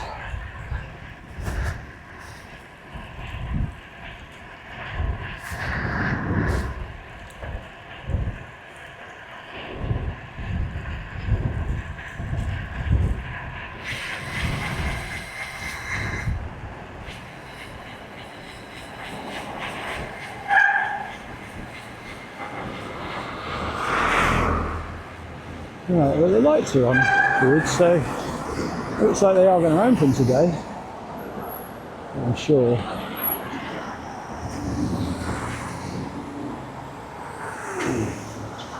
Nine o'clock.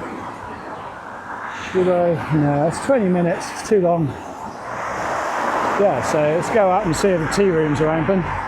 If they're not, it's a couple of chunks of mango and off we go. But I'm not waiting around in the cold for 20 minutes. I hate to use the term reward or I've earned. Yes, I found that to be a very negative sort of way to think in this process. I haven't earned it. I'm not rewarding myself. I need a chocolate brownie because I've had a hard ride up till now and I need something just to make sure I get home still as a hard ride rather than just sort of slumped over the handlebars, barely making it. So, Yeah, I don't earn or have rewards on rides anymore. I have fuel when I need it. Not a reward, not earned. Fuel for part 2. Okay, here we go. It is going to be cold for about the next 5 miles. In fact, in several places it's going to be bloody freezing. But hey.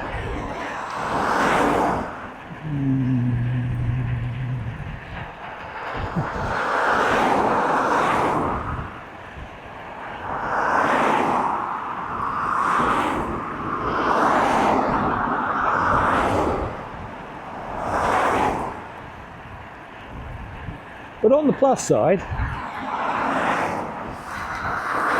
cup of tea and a chocolate cup of tea and a chocolate brownie. As fuel.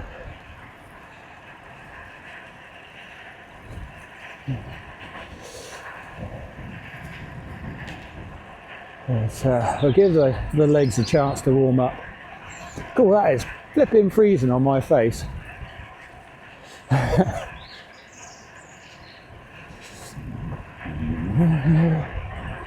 It's one of the great things about living in Bournemouth. It's always warm. Yeah.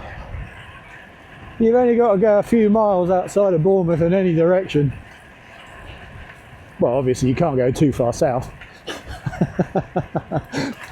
But yeah. It is always warm in Bournemouth. Or warmer. And everywhere around it.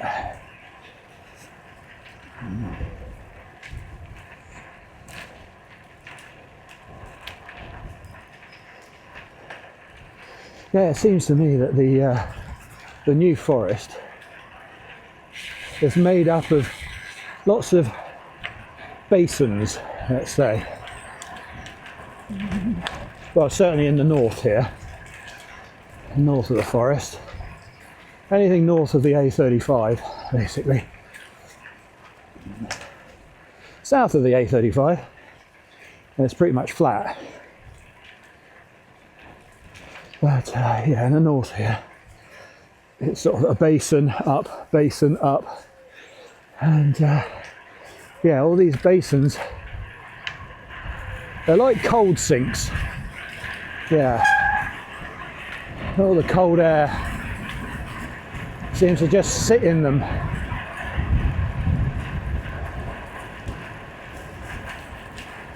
Woo.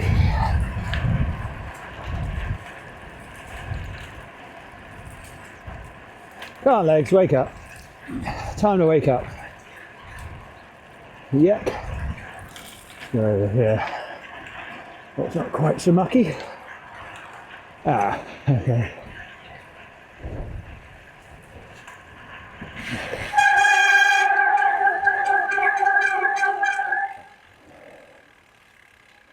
Let's wait here. Oh no. Somebody bought a car to impress the neighbours rather than one that they could actually drive.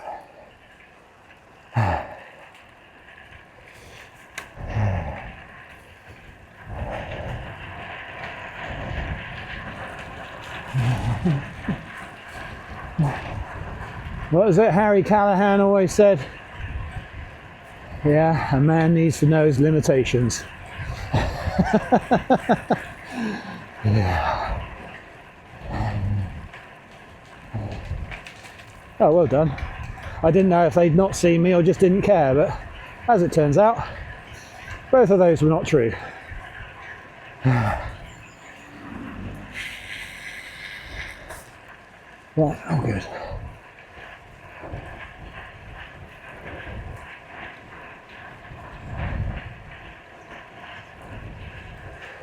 Come on, legs. I know. They don't want to wake up yet.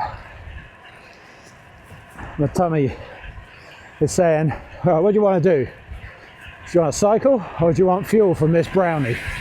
I can't do both.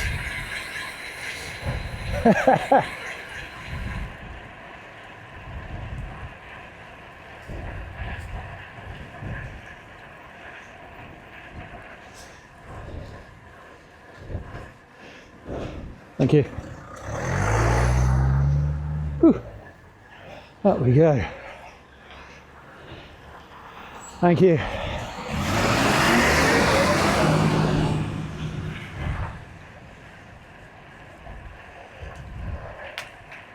Right, next bit is mostly downhill, so chance to wind the legs a little bit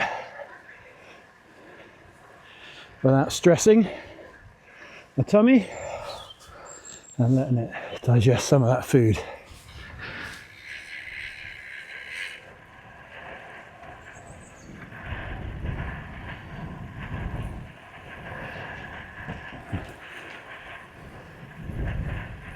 I don't really have fast carbs these days.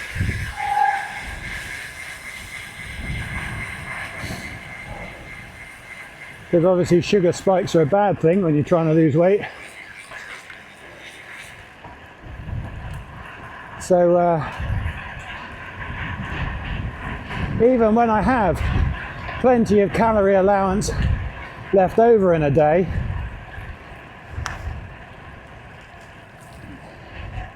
I don't waste those calories on fast carbs like chocolate and crisps, junk food.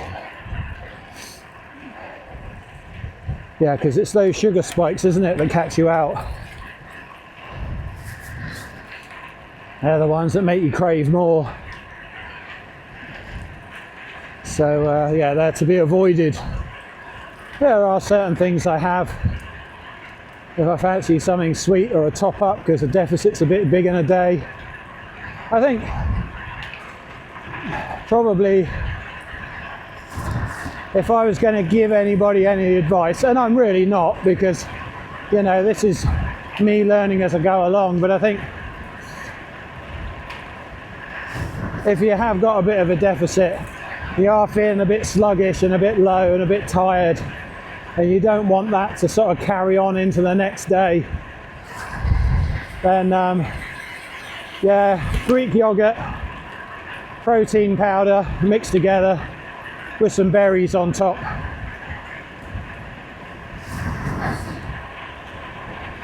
That is a sort of get out of jail free snack, which is sweet.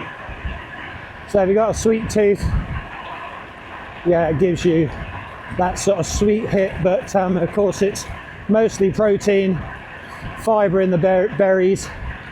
Yeah, it's good. So that's my sort of, if I'm feeling really, oh my god, I want something, oh I'm tired, oh, you know, I'm absolutely shattered, I need something. Yeah, that's where I go. That doesn't happen very often these days. That's how the learning process has been pretty much continuous for the last 20 weeks, and I'm sort of getting the hang of it now. I know that I don't need to concentrate on the allowance for the day, if you like, the 2,000 calories a day.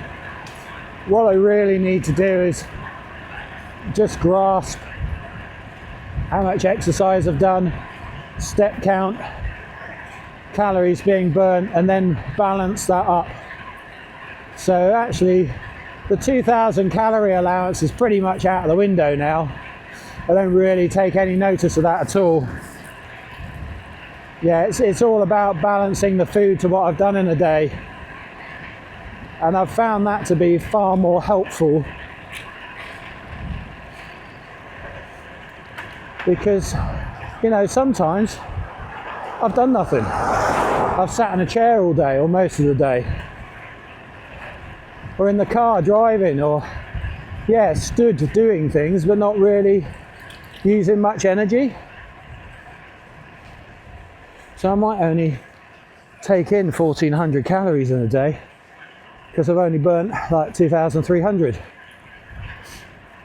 or not much more than 2,200 even. Yeah, other days like today, this will be a 4,000 plus calorie day, so I'll probably eat about 3,000, 3,200 to keep up. Because I find that if I stick to the 2,000 calorie allowance on a day like today, tomorrow I'll be absolutely shattered and I'll be craving food. And of course, that's danger. Yeah. That's when the cheese and Marmite sandwiches start to come out, and yeah. I still am mindful enough to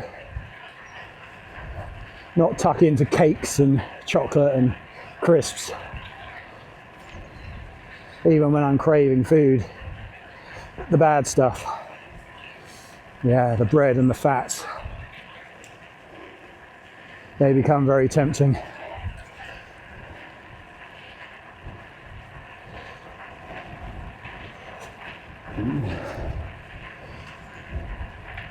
It was quite a sort of pivotal moment, if you like, when I realised how I'd changed my way of thinking.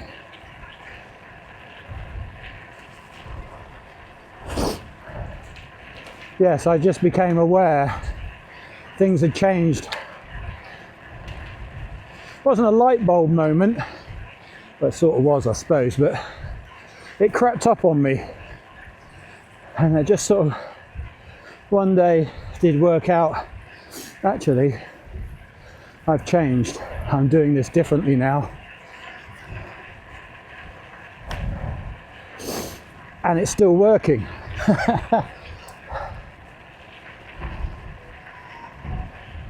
Walking, oh my God, walking, the very thing that I always said was not enough of an exercise to burn the calories. Oh, that's been an absolute revelation to me. You still don't burn many calories, and it takes up so much time, it's unreal. But gentle, consistent, warming. Yeah, if you've had a bad day and you've got the time, yeah, just a semi-brisk walk. Doesn't have to be fast, but for an hour or so. And it just takes the top off of that sort of feeling of not quite done it right today, but it just burns enough calories to, yeah, just cap the day off and say, no, actually, you did all right. Yeah, we've had to rescue it a little bit at the end of the walk-in, but ultimately, this is awareness and not failure. So, yeah, walking is a very, very useful tool. It does take bloody ages and it does use up a lot of time. In truth, so does cycling, but if I've got things to do, I'll chuck the laptop in the bag, walk down to town to a coffee shop, do an hour, walk back again. It's about 11,000 steps there and back. And yeah, it's sort of perfect on a day when I'm not really going to be doing much exercise, not much movement. Yeah.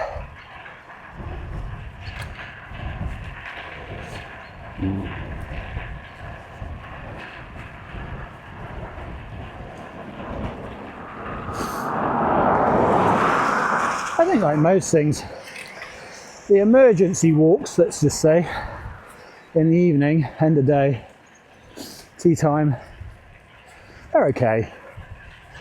But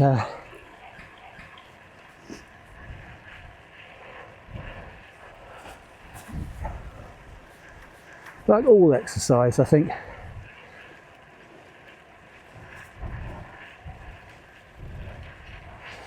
like most exercise, starting the day with movement is a good thing. Oh, come on then.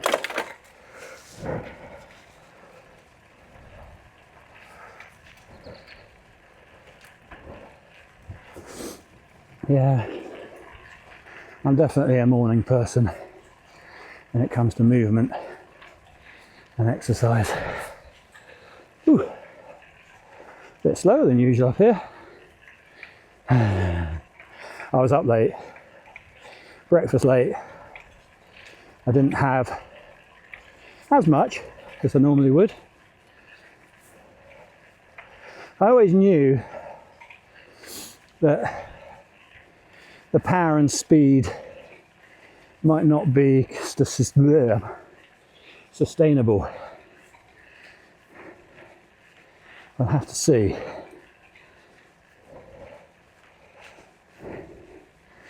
See, this is the problem, partly with the walking actually, and constant deficit. When you really need continuous energy, it's not always there for as long as you'd like.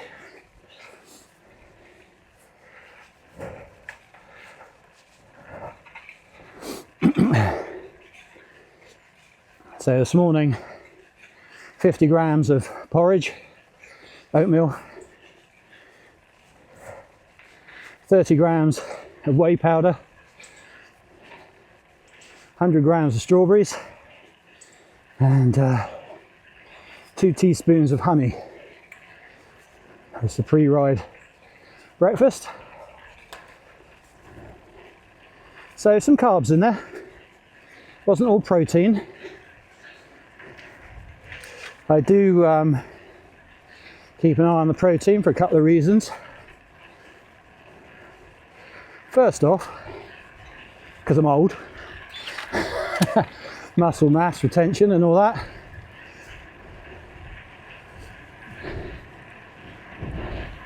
Morning. Yeah, muscle mass retention, leucine triggers, and MPS, let's say, and also it keeps the hunger away, doesn't it?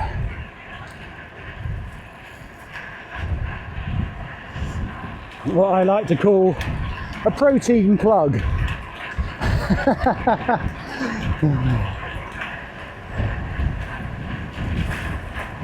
Yeah, I suppose a quick thing that I've learned,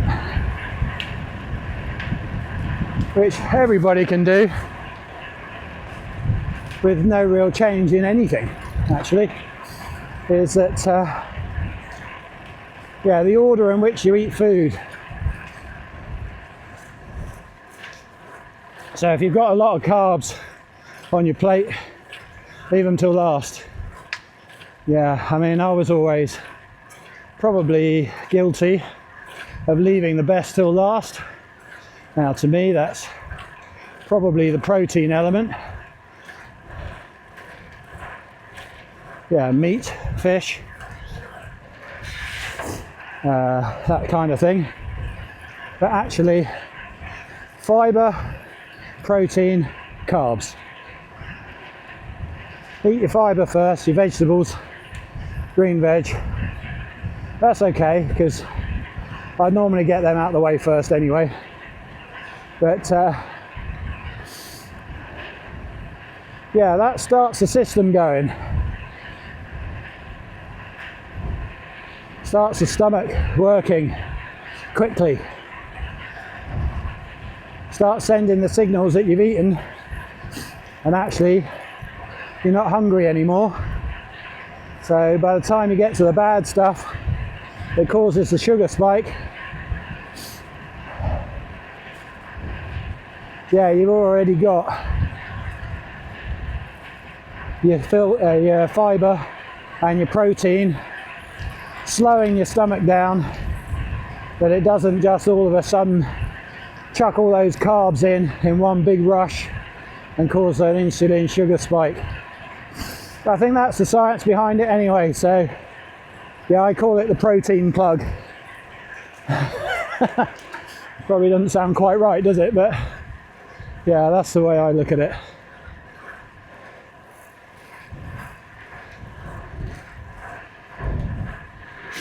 So we went out the weekend to Rob's filling station in Poole.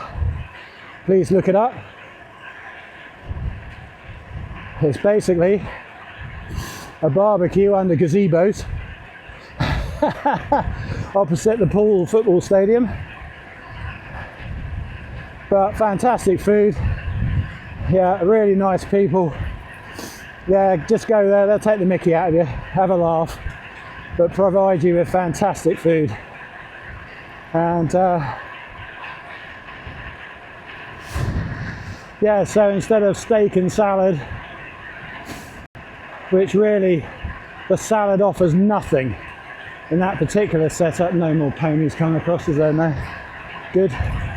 Yeah, in that situation the salad offers nothing from a diet point of view or blood sugar control. So I actually had sauteed potatoes and green veg.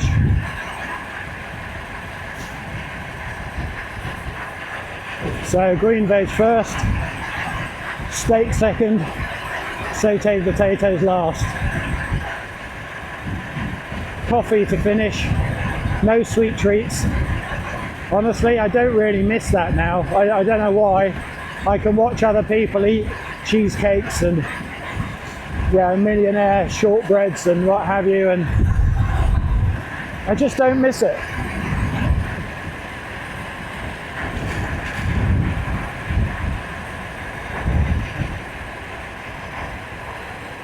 And yeah, it served me well. Soup for a starter. Avoid the bread. There's a reason why restaurants give you bread before you start, because it is guaranteed to give you a sugar spike which is going to make you hungry. Yeah, now that's where you get free bread, even if it isn't free. That's why it's always a starter. Everything in the starters comes with bread. Yeah, to make sure you're hungry enough to have a sweet as well. Maximise the bill. Nothing wrong with that. Just be aware, and then you can make your own decisions.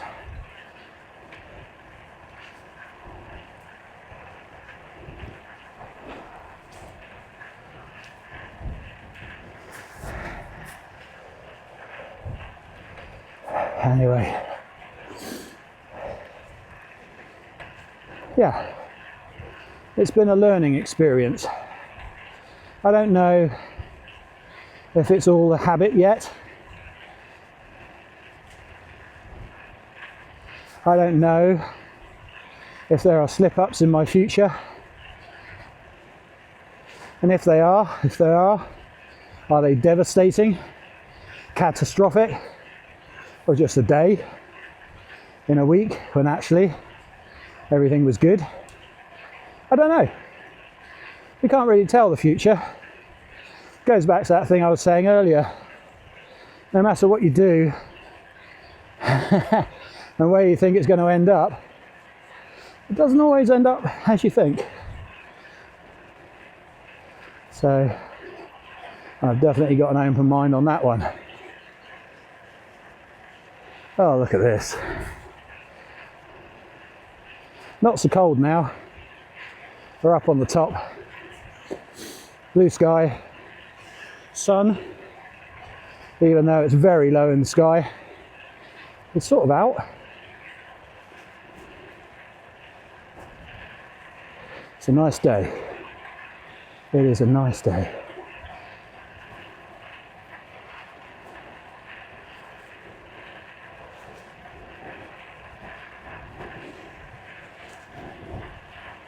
Yeah, so when I get back, I don't think I'll have a protein shake. Chaz always says, as soon as you finish the ride, have a protein shake to start your sort of protein system going up and recovering. And of course, with a protein shake, you can chuck in berries, honey, other carbs, and it's just a very quick way to get stuff in so the body starts working without giving it a full meal to have to deal with. To be honest, I'd rather just have egg on toast. So I'll probably do that. I've got a couple of bits of sourdough in the freezer. I don't keep bread in the cupboard at all. I do have some wraps in there. They're useful because any evening meals that I cook, there's nearly always leftovers. So the wraps become lunch the next day, filled up with the leftovers from the night before. Curries, biryanis, chilies, that kind of thing. Sometimes chuck in some extra sweet potato to bulk it up. You know, again, it's just things that have become quite normal as the process has gone on.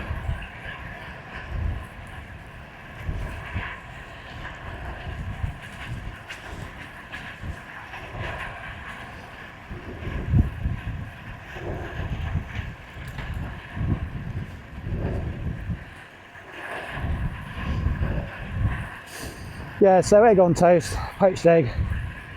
That'll be a very small, well, probably about 150 grams complete. So nothing really to stress the body.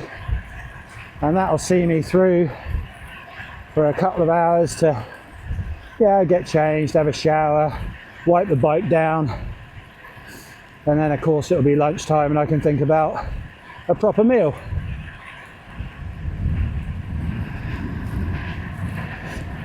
I never, ever, ever drink enough. Ever.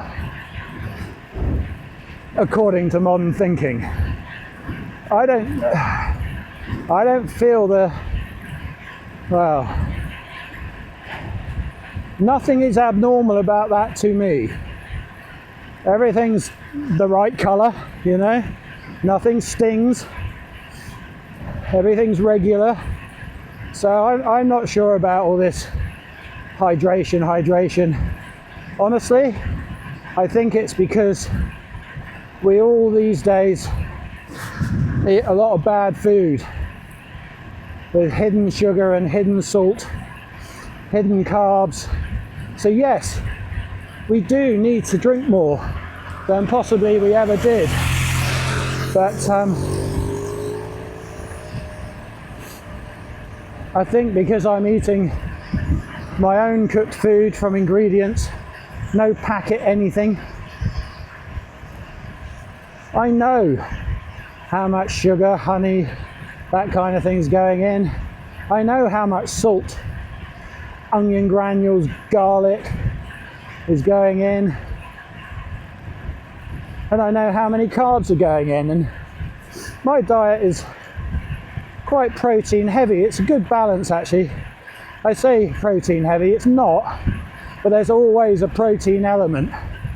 Again, just protecting muscle mass.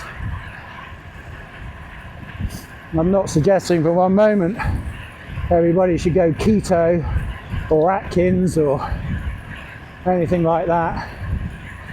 But I think when you get to a certain age, you need your omega-3s and your protein. Your body is not as efficient as it once was.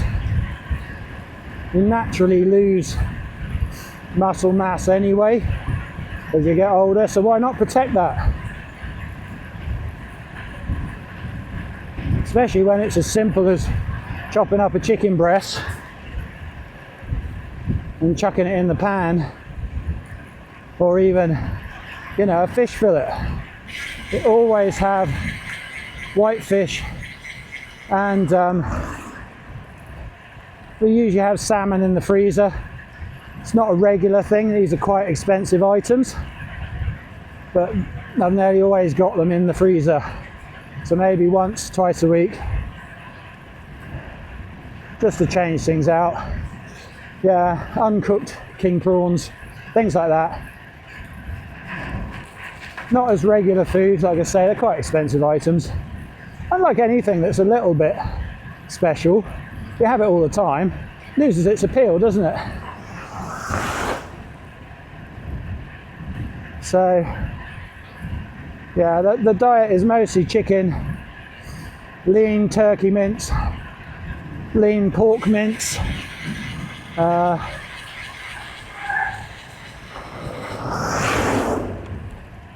Yeah. I mean, we always got frozen chicken breasts in the freezer. You know, once I get down to my last bag, I'll buy several. Takes 10 minutes in the microwave on defrost to make it sliceable. It can be chopped up, go in the pan.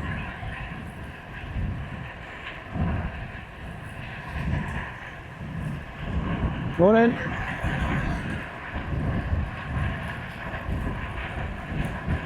Nice and easy, isn't it, really?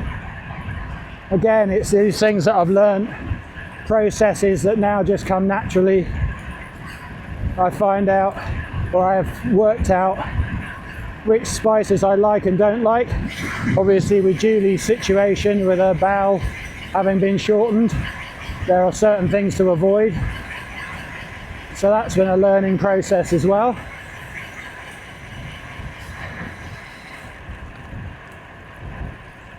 So Julie too is benefiting from this, because even though she doesn't need to lose weight as such,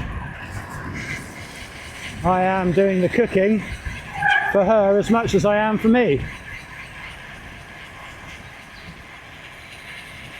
There we go.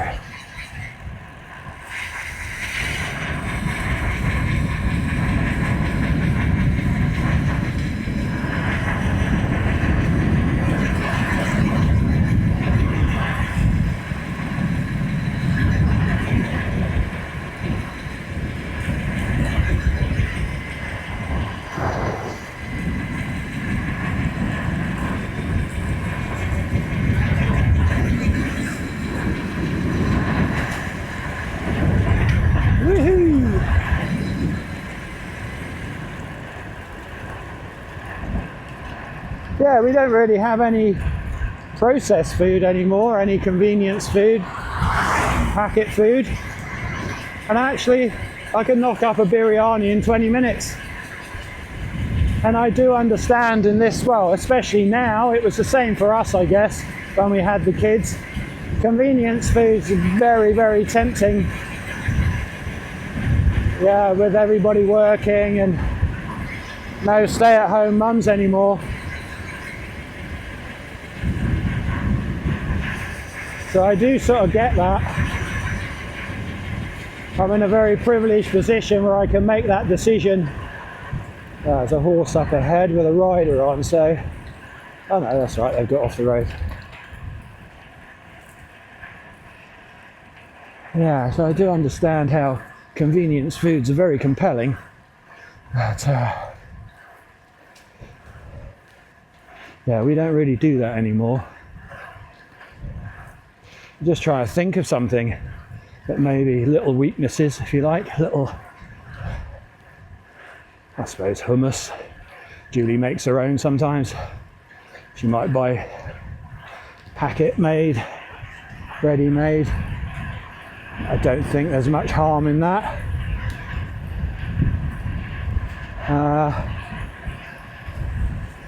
Julie will buy seed packets, you know, nuts and snacks like that from time to time. What's going on with this heart rate monitor? Or am I just dying? Oh well.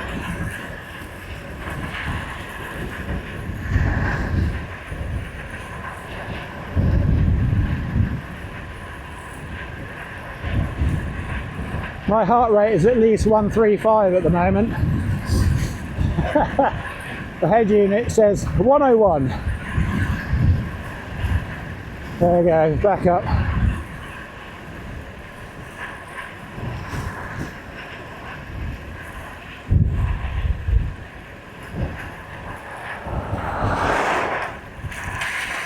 Yeah, I thought there was another one. Yeah.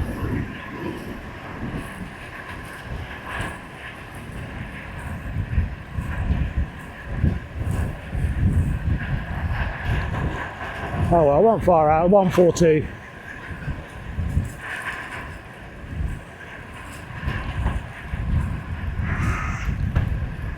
It's going up now, because of course this bit is uphill.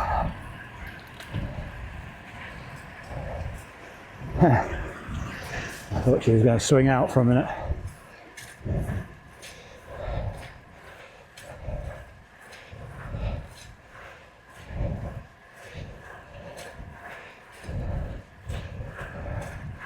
Let's have another gear.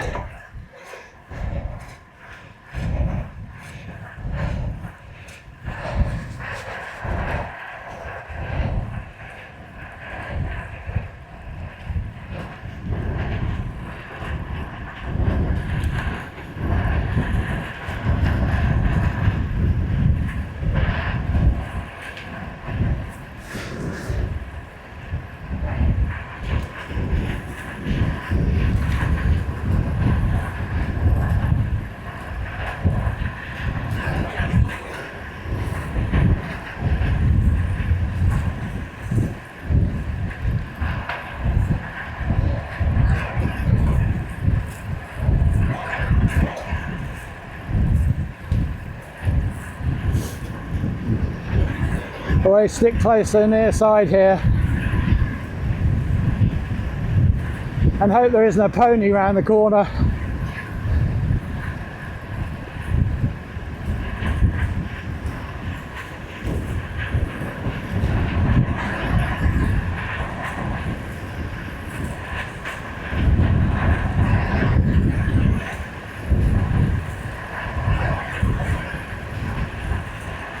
Bumpy, bumpy. Really bumpy here. Right, nothing coming that way. Oh, they filled that bit in. That's nice.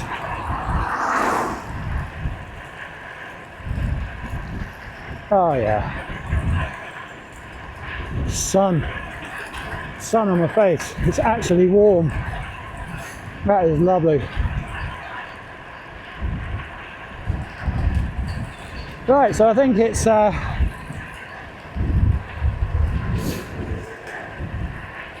going to be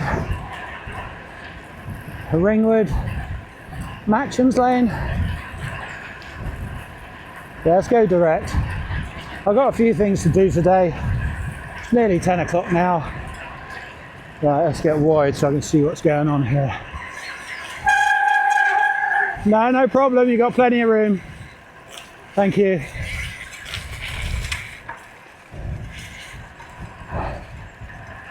Really?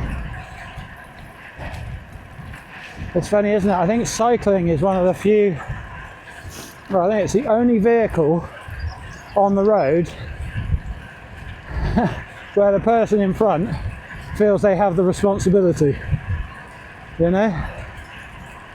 Right. Yeah. When of course every other vehicle, the vehicle behind is the only one with the full view and has total responsibility for what's going on. Yeah, on bikes, we get in the draft, don't we? And we expect the person in front to look after us.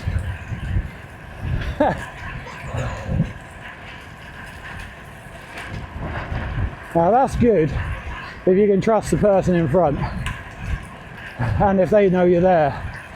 I think the biggest problem I have with Julie is when she's tucked in, she doesn't tell me. And that has caused problems. Or if I've just been riding along and she's decided to get tucked in when she wasn't and doesn't tell me.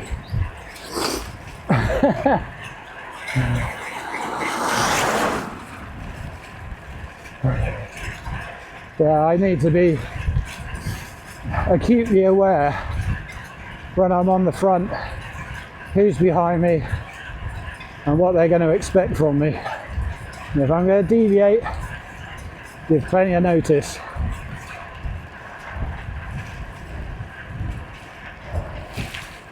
Oh. Yeah, that's right. Curb. I am thinking back to that time.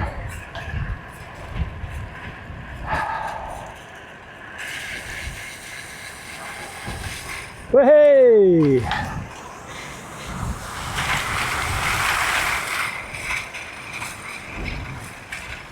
Right, don't come past just yet, mate.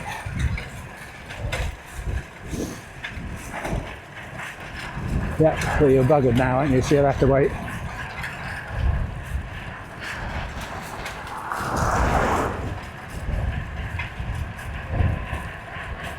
Right, which way back?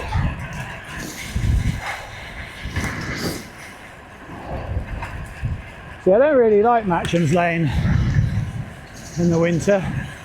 So it means I've got to go around the Grove and... Ooh, sorry everyone. Yeah. I'll have to go around the Grove and it all gets a bit funny. Stop start. Yeah. Bit fiddly. Lots of crossings by the airport there. You've got to get on the road, off the road, on the road, off the road. So, not so much fun in the winter because you can't just go across by the river. Pretty much impassable now. Almost certainly impassable on foot as well. There's not a single flat surface to tread on, so you just slide around all over the place, even on foot.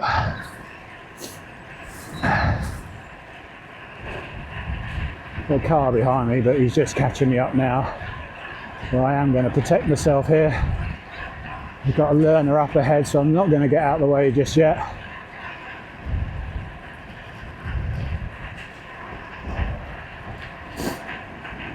Hopefully around the corner. It's a nice straight bit. They'll be able to come past. And around we go. Oh no, there's a parked car, but far enough back. There we go. They're either interested or they're not. No, they're hanging back. That's good. It's a residential area, anybody could pull out of one of these driveways, couldn't they? Let's be honest.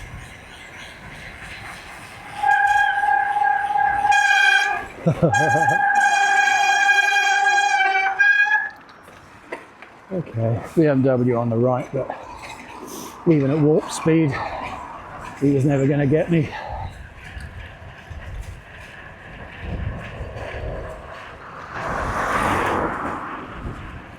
Yeah, bike sounding gritty now.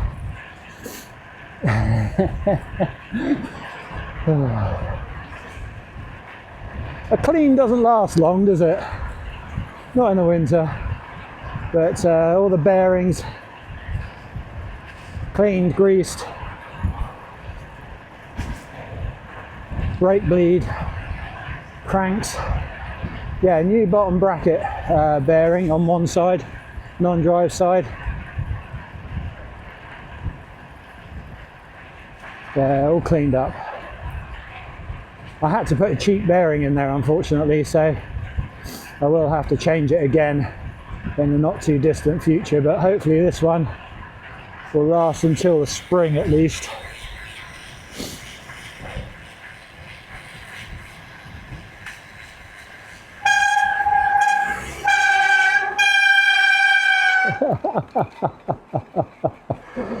Oh dear, oh dear, oh dear.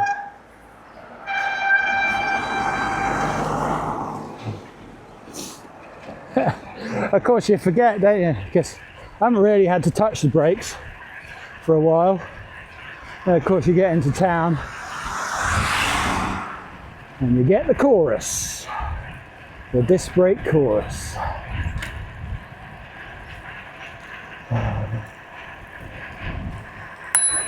Don't need a bell, do I? I've got disc brakes. Like a foghorn.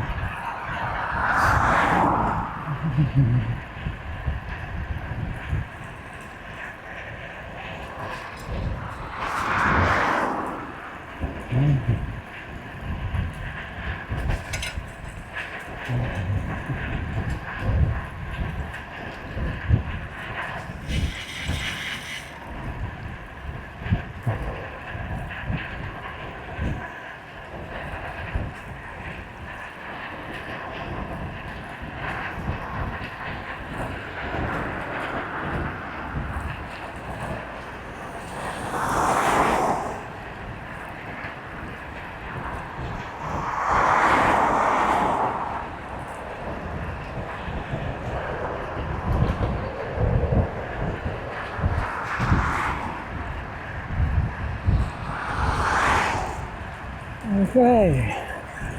Don't mind putting a little effort in around this corner because it's down the other side.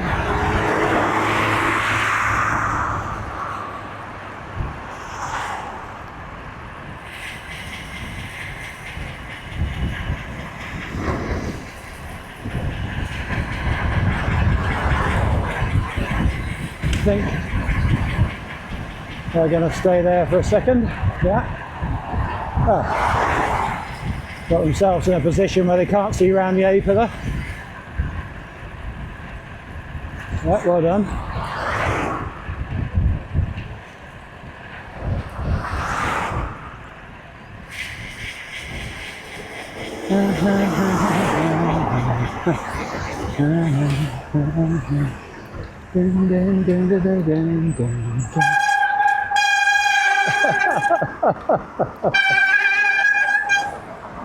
What's that all about? He's following him round. That's a shame. I had half a gap there and I was still rolling. Right, the next one's going in the car park, so I'm going to go wide and go next to him. Yeah, that's good.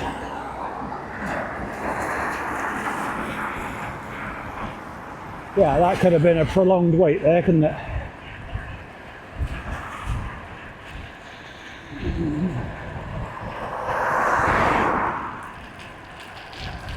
Yeah, 10 o'clock. Everybody's out.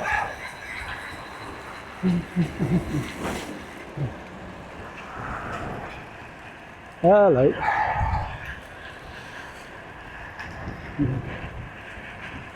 Right, car behind me is probably going in the car park, so don't worry about them.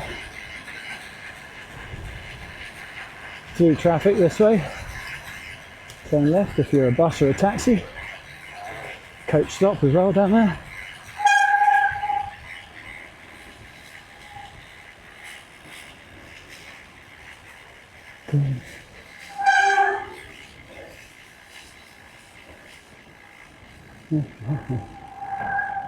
Right, what we got? Yeah, I think we're good. I think we're good.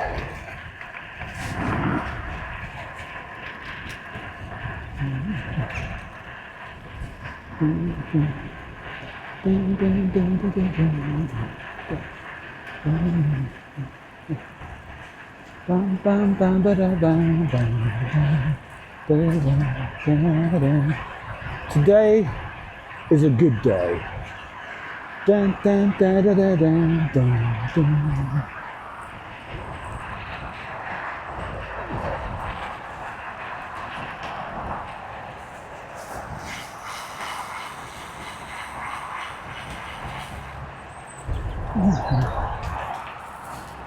There he is, he's done his weekly shop.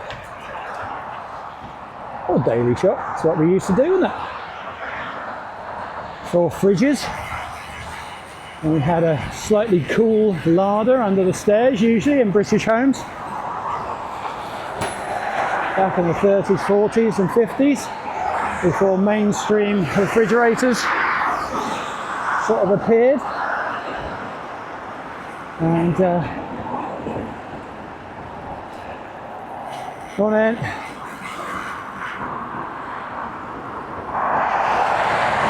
Yeah.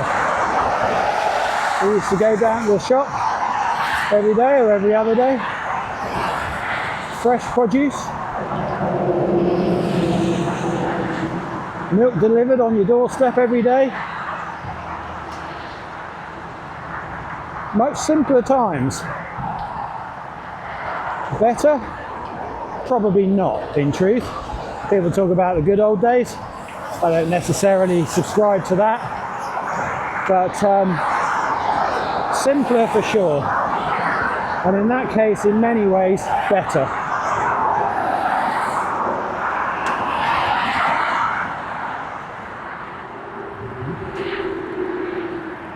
But not in every way. I think on balance, these days, things are better, aren't they? I think they're gradually being ruined and spoilt. But I think that probably my parents live through the best times. I don't know what's in store for us going forwards. I'd like to think that we're sort of future-proof now. It's a bit late in our lifespan for anything to go drastically wrong.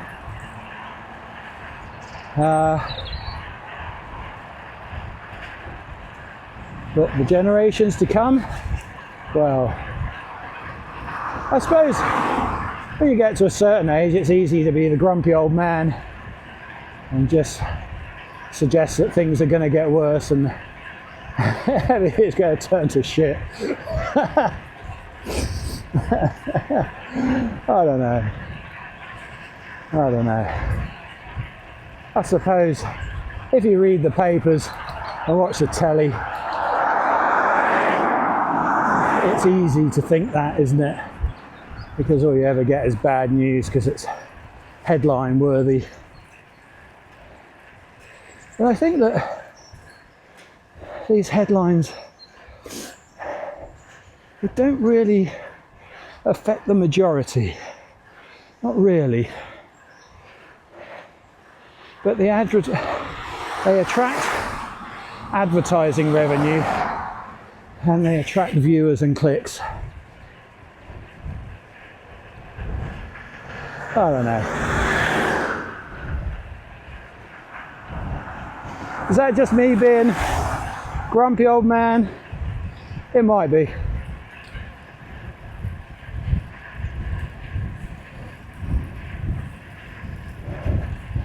The thing is, the world now is being run by two sets of people. Forget your big corporations, okay? They're being run by the lawyers and the accountants. In other words, if we do this, will we get away with it in the law courts? So the lawyers go, yes, if you do it like this and word it like this, you know? And the accountants, of course, say, well, yeah, if you word it like this, we can get an extra 3 cents an hour out of people, which at the end of the year equates to, you know? So I'm not one of those people that necessarily buys into these big corporations running the world. I think they've got the best lawyers and accountants, and actually litigation and accountancy is running the world, and that's why it's become so very impersonal.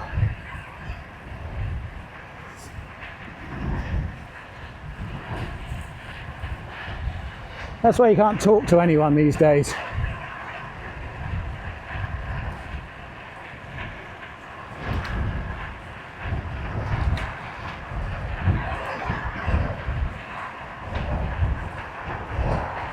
Because they can say, oh yes, we flagged up a problem with our system and it's been righted, and yeah, we'll pay the $1 billion fine.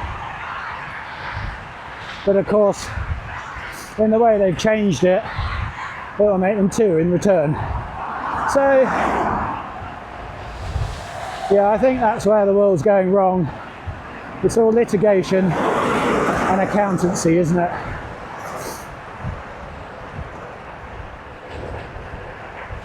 And the less communication there is between people, the less opportunity there is for it to go wrong.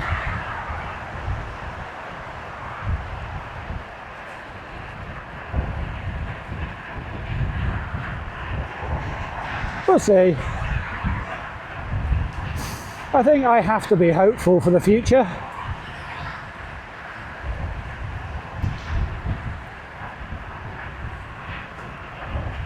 I think Julie and I have still got enough future left. Go on. Jesus. Plenty of time there. Yeah, Julie and I have got enough time left that I have to be hopeful for our future. And I'd also think that, you know, we're doing okay. We've got investments, we've got property, not in a huge way, nothing like that. But I think we've got enough to do okay ourselves, but not enough that we're not more than just a little blip in society, and therefore hopefully won't be affected too badly if big changes do come along.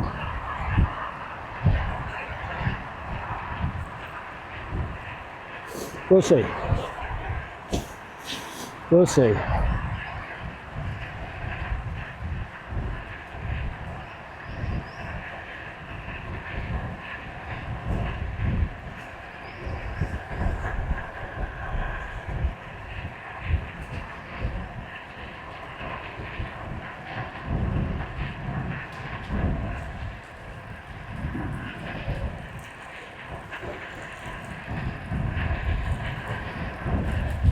See, I've done that thing again, haven't I? Where I've thought the decisions we've made and the position we're in should see us through, but things don't always work out as you plan in the future, do they? It always comes back to the beginning of the ride again, doesn't it? Where you think you've done the right thing, but honestly, it might be something completely different by the time the day comes.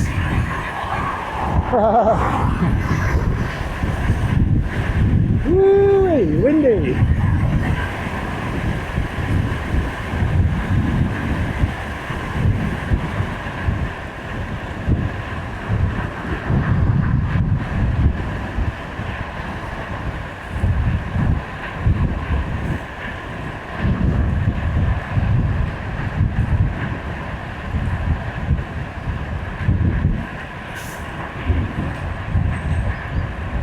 Yeah, so anyway, let's go back a bit, shall we? Rewind. Chaz is telling me I should be doing longer rides. Slower. Now, if I'm going to do fast rides, definitely not more than once a week. Keep them short. I don't know, I mean, I don't go out with the intention of riding fast. I go out with the intention of just riding.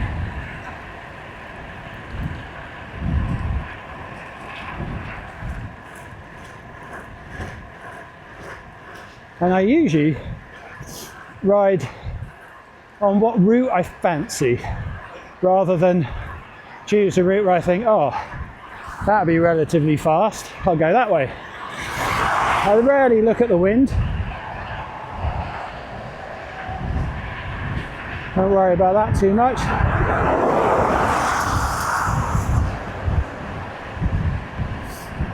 Today I chose this route because I thought it would be quieter. Things are very different when you ride in the weekdays. I didn't realise how much different they'd be.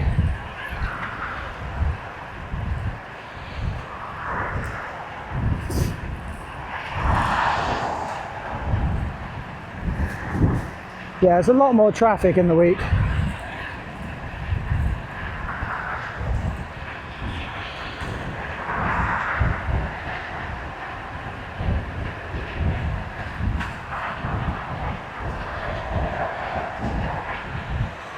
But listen to that, how busy is that? The spur road, Ringwood to Bournemouth.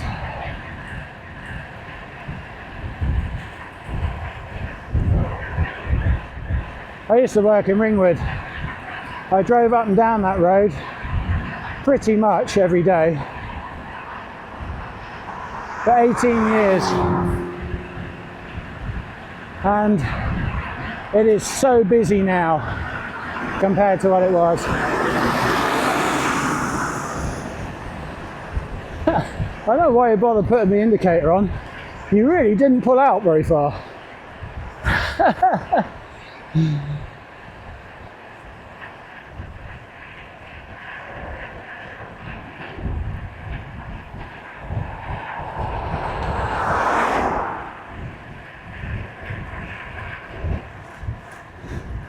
on, up we go.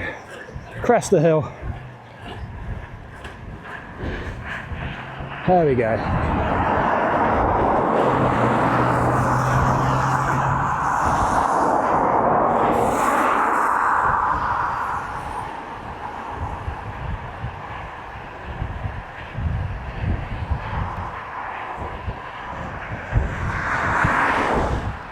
Yeah, because I've noticed I'm losing weight. I'm finding it easier to go up hills for sure, but I am no faster on the flat than I was. Can I hold it for longer? Maybe. I haven't tested that. So if my average speed is going up, it's because there's not so much of me to drag up hills. However, on the flat, I'm still about the same.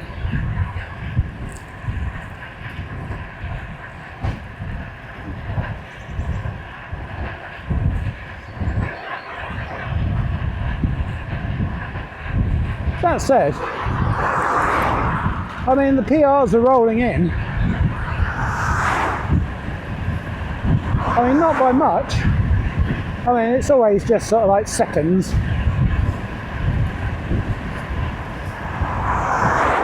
So I suppose cumulatively, I am going a little bit faster on the flat, but really nothing to get too excited about. And it's always been a consideration to me that am I going to lose power and speed as I lose weight because I lose strength?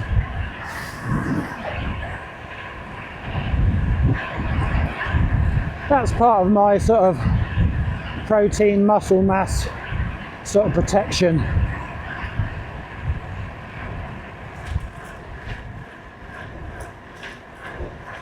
That's why I do that, because whether it's any good for cycling or not, I don't really care about that.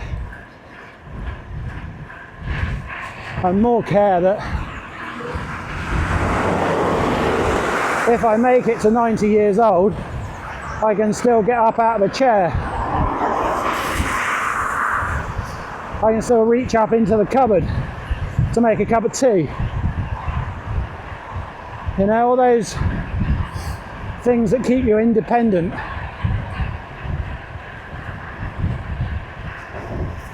So, protecting muscle mass now is not about cycling.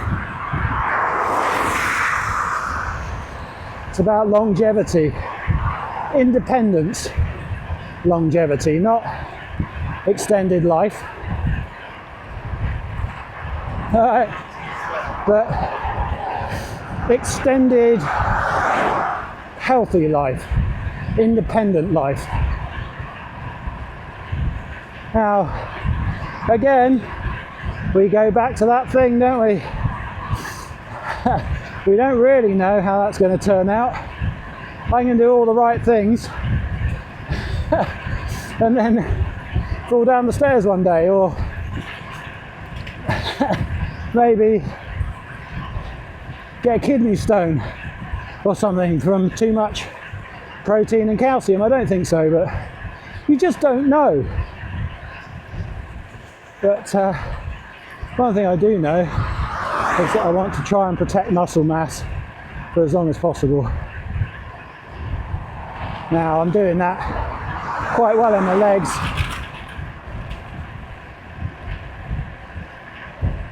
I'm not sure my upper body is particularly good because cycling doesn't really do much for that, and the once a week weight training sessions have turned into once every 6 months. yeah, I'm not into lifting weights, and I used to do that, and it just brings back bad memories. I don't feel good about doing it.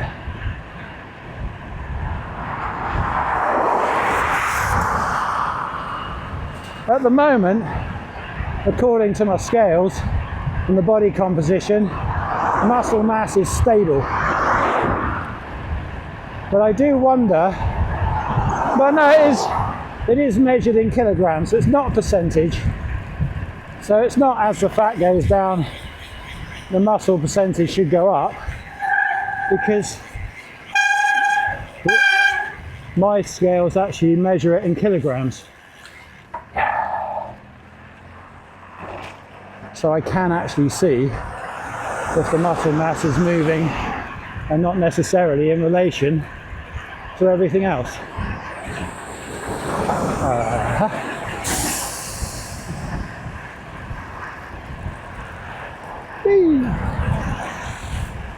But anyway,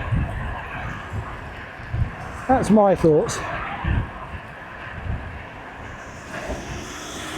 I must admit, if I don't ride my bike for a week or so, my knees start to hurt.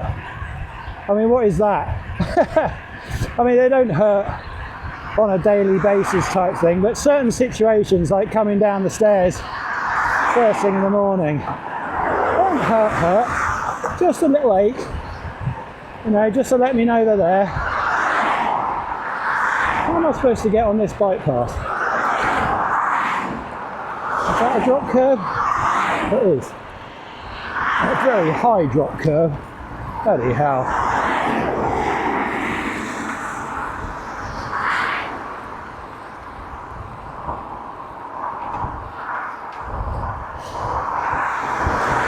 And in all honesty, I just activate the glutes and it goes away.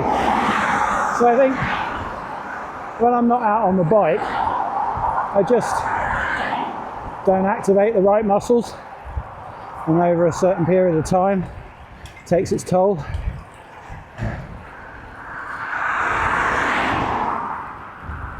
So they're not really injuries or aches or pains. They're just telling my body to do things better.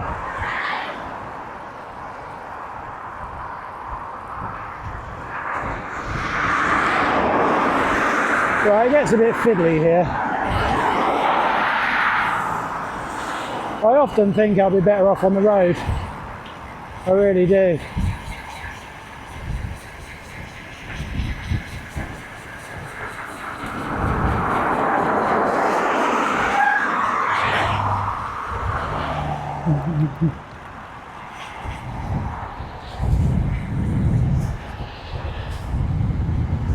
No, everyone's going straight on.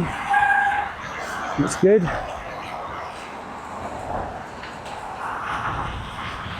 That's still green over there, so these can't go.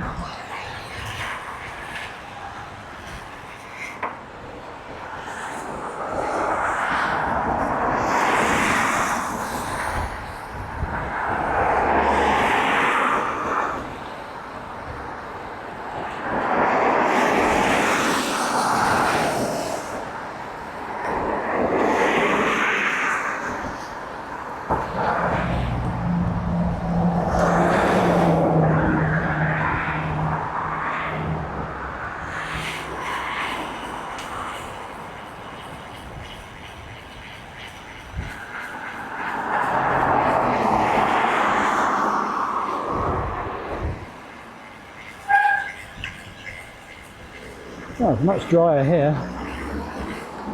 Even the brakes decided to quieten down. Okay, they can't come round because straight on is green. Okay.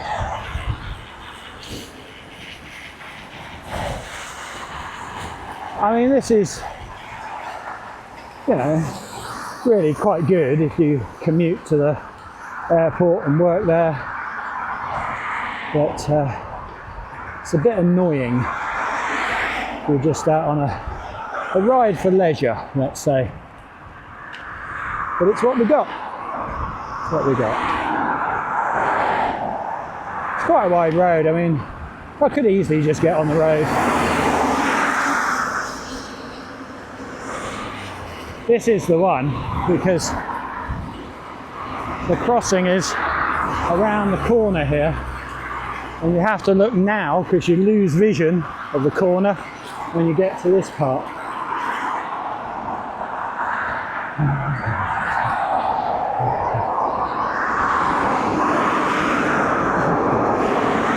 Yeah, so if somebody indicates late, yeah, things can get a bit weird.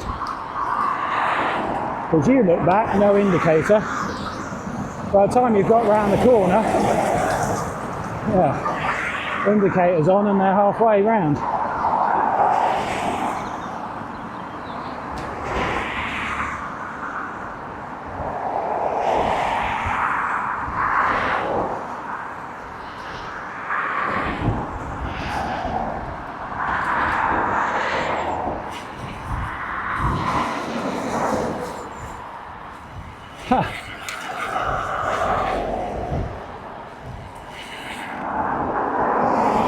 That's the only place where I can really get down on the road and join the traffic.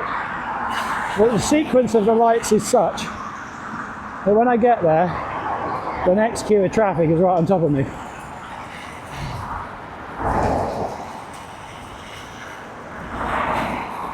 Anyway, such is life.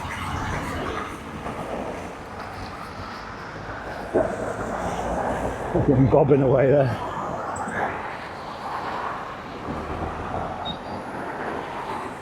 Thank you. Decent of them.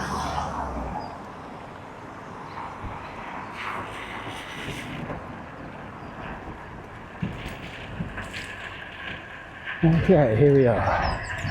Back in the peace and quiet.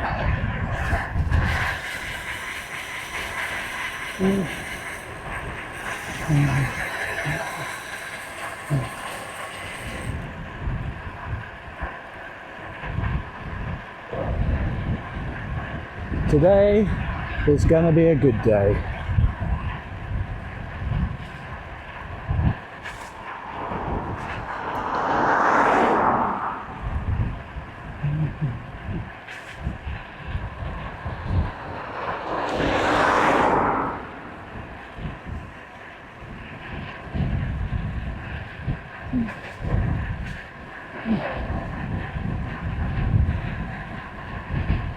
Yeah, Julie's gone to the gym this morning and she's got a physio appointment. She's got a bit of a sore shoulder.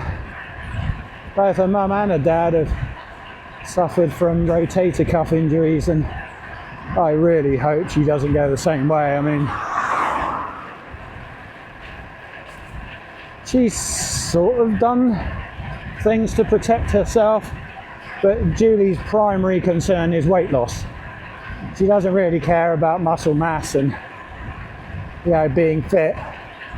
As far as she's concerned, she needs to be slim, and that's it. As long as she's slim and doesn't weigh more than 9.5 stone, then she's healthy and fit as far as she's concerned. And of course, we all know in the real world,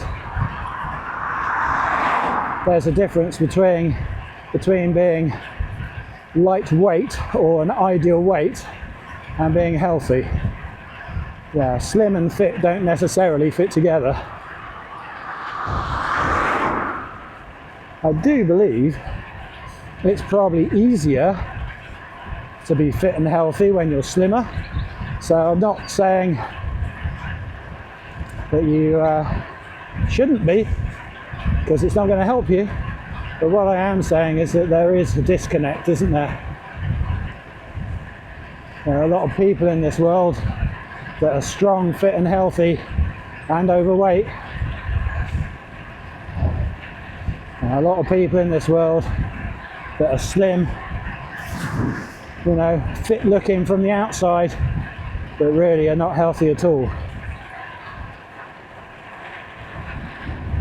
I almost used that word holistic there for a minute. What a crap word that is. Yeah, just makes everything so very vague.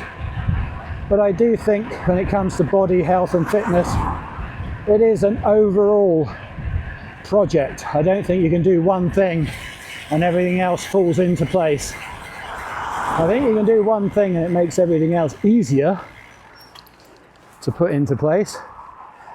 But I don't think one thing takes care of everything.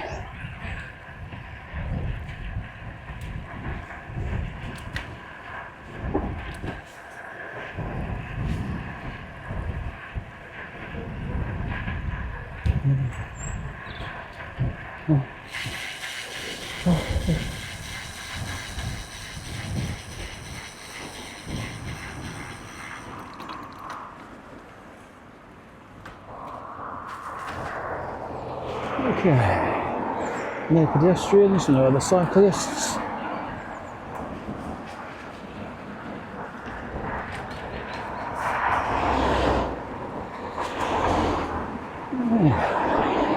Back into civilization of sorts. A place that is ruled by the motor vehicle. There's no people, just motor vehicles. I am the only person here.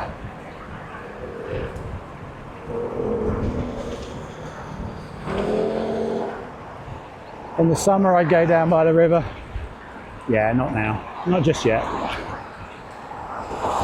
We'll wait for the spring to come before we do that again. I don't mind a little bit of lightweight gravel, let's say, on the road bike.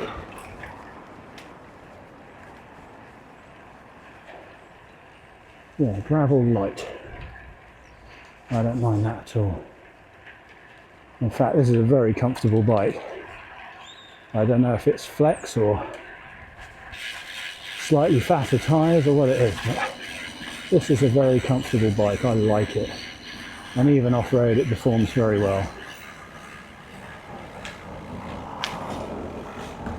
I'm actually doing this the official way. I mean, I probably should have got in the bike path just there to get to the crossing. But they do send you around that back street to get to here, so you can use the crossing to get to the other side, so you can go back down towards the hospital. Do you know what I mean? It's crazy, isn't it? It's just crazy.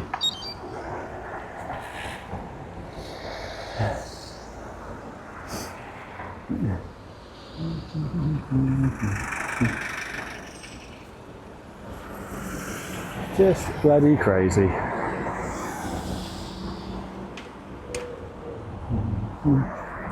Well, I did push the button.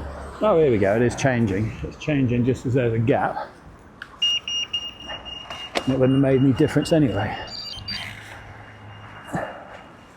Just as they planned it, probably.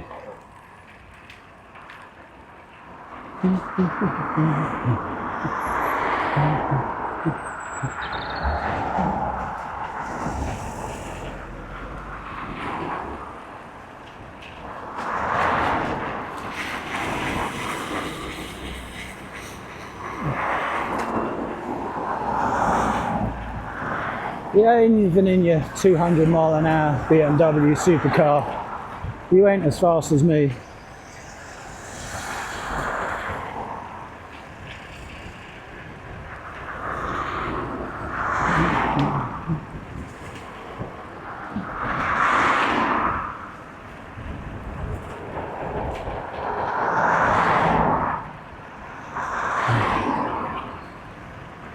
Right, well, we're back into town. Just a couple of miles from home. Just got the boring Queen's Park Drive to go down.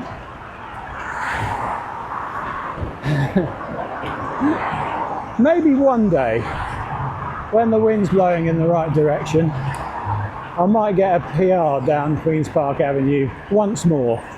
But in truth, the fastest time I've ever done down that road has already been done, probably.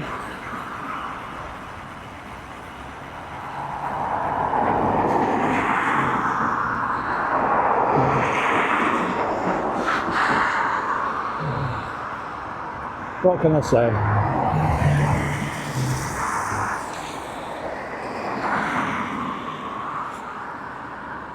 So if you've made it this far into the video, well done. It'll be interesting to know how far you went on your trainer. So I'm not going to show you the rest of the way home. You've seen it before so many times. I'm going to say goodbye for now, and yeah, have a good week, have a good Christmas, and I dare say there'll be another video before Christmas just yet, but yeah, come and join me on the next one. Hopefully Julie will be out for the next one. Yeah, she's supposed to be.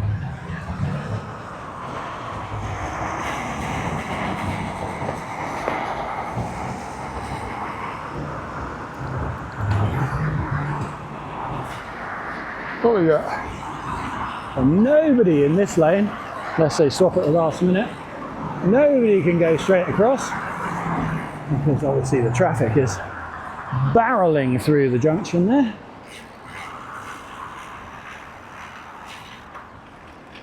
Hello.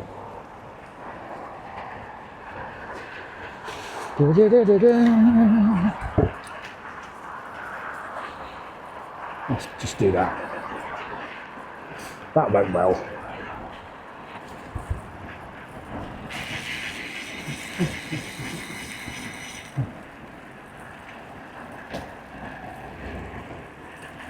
Right, what have we got?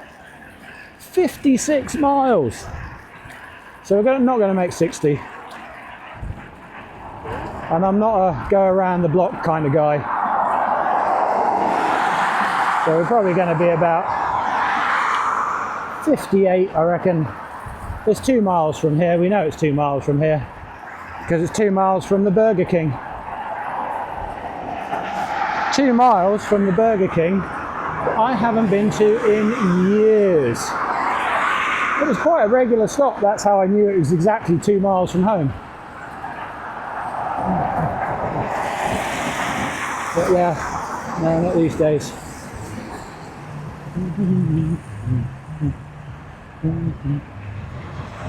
I think it's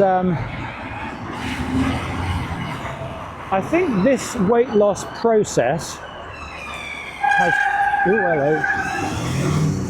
taught me to not be wasteful.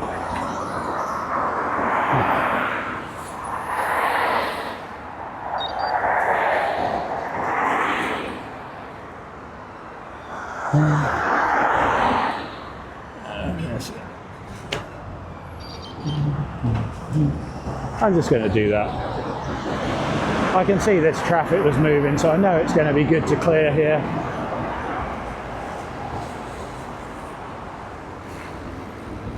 Yeah, stick it in the comments.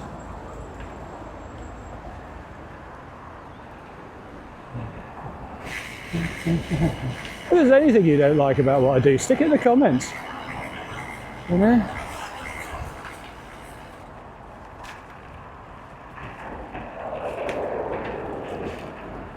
That's what they're there for.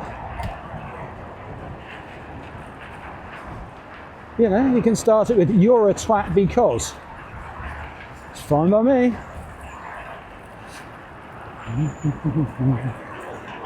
Have I got time? I have got time. I have got time. There we go.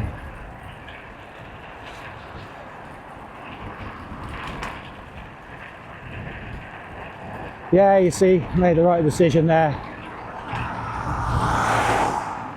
No, not really. But you can guarantee there's something coming. Oh, that's my phone.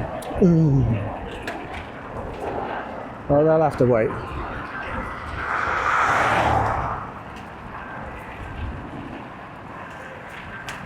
Probably Julie.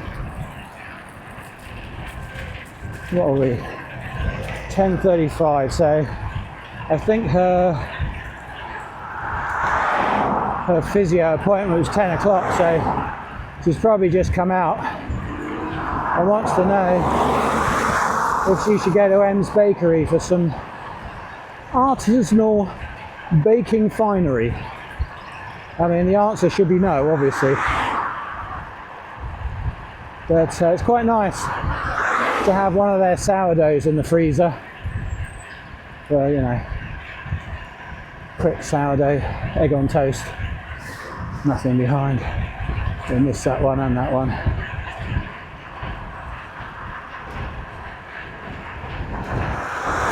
I don't have the alerts on the head unit.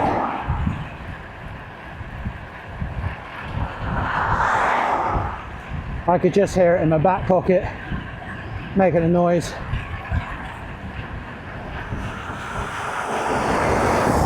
But yeah, I don't want to know. I'm riding my bike, okay?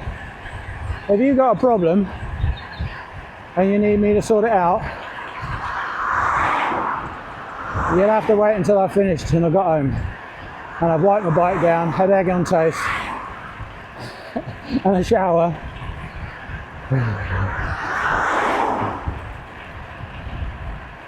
Yeah, and then I might look at it, you know?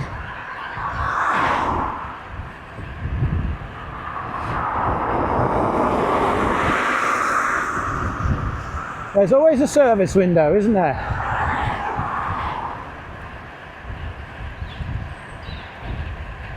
And for me it's 2 hours. And depending on where I am,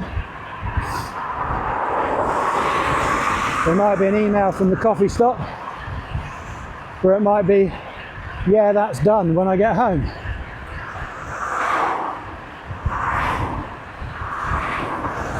So there you go.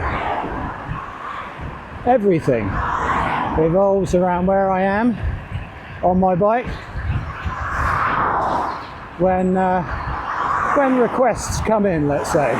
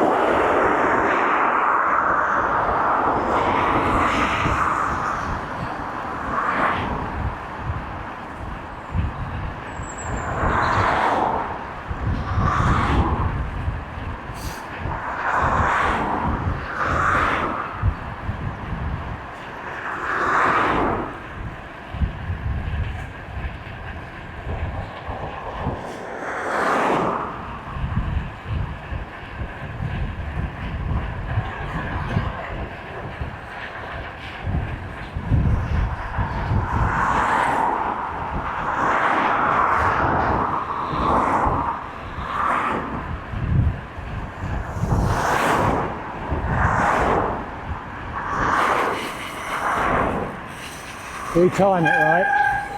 No. Yep, let's do it. There you go. Yeah, my legs versus half a gap. I'm always good with that. Always fancy my chances.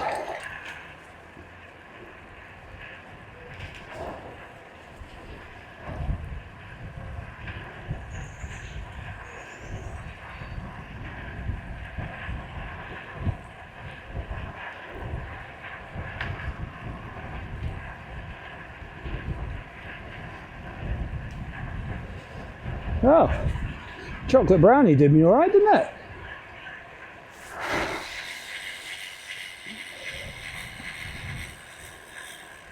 I don't really feel like I slowed up. I mean, it took me a while to warm the legs back up again through the forest, so that was chilly. But once I was going, I felt pretty good. I still do, actually. What are we on? 58. Exactly.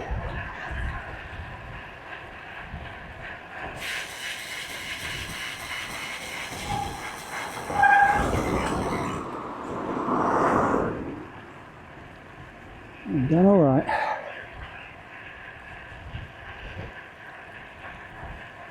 We've done all right. I need to go and find out about the Subaru. I need to go to Forge Garage. We've got the Subaru in at the moment, so it's got a battery drain problem. The thing is, they were booking for January, but you know, being a friend of the company, as it were, I'm hoping they've got it in. Let's see. Anyway, thank you for joining me. I'll see you on the next one. Well, I won't see you, obviously.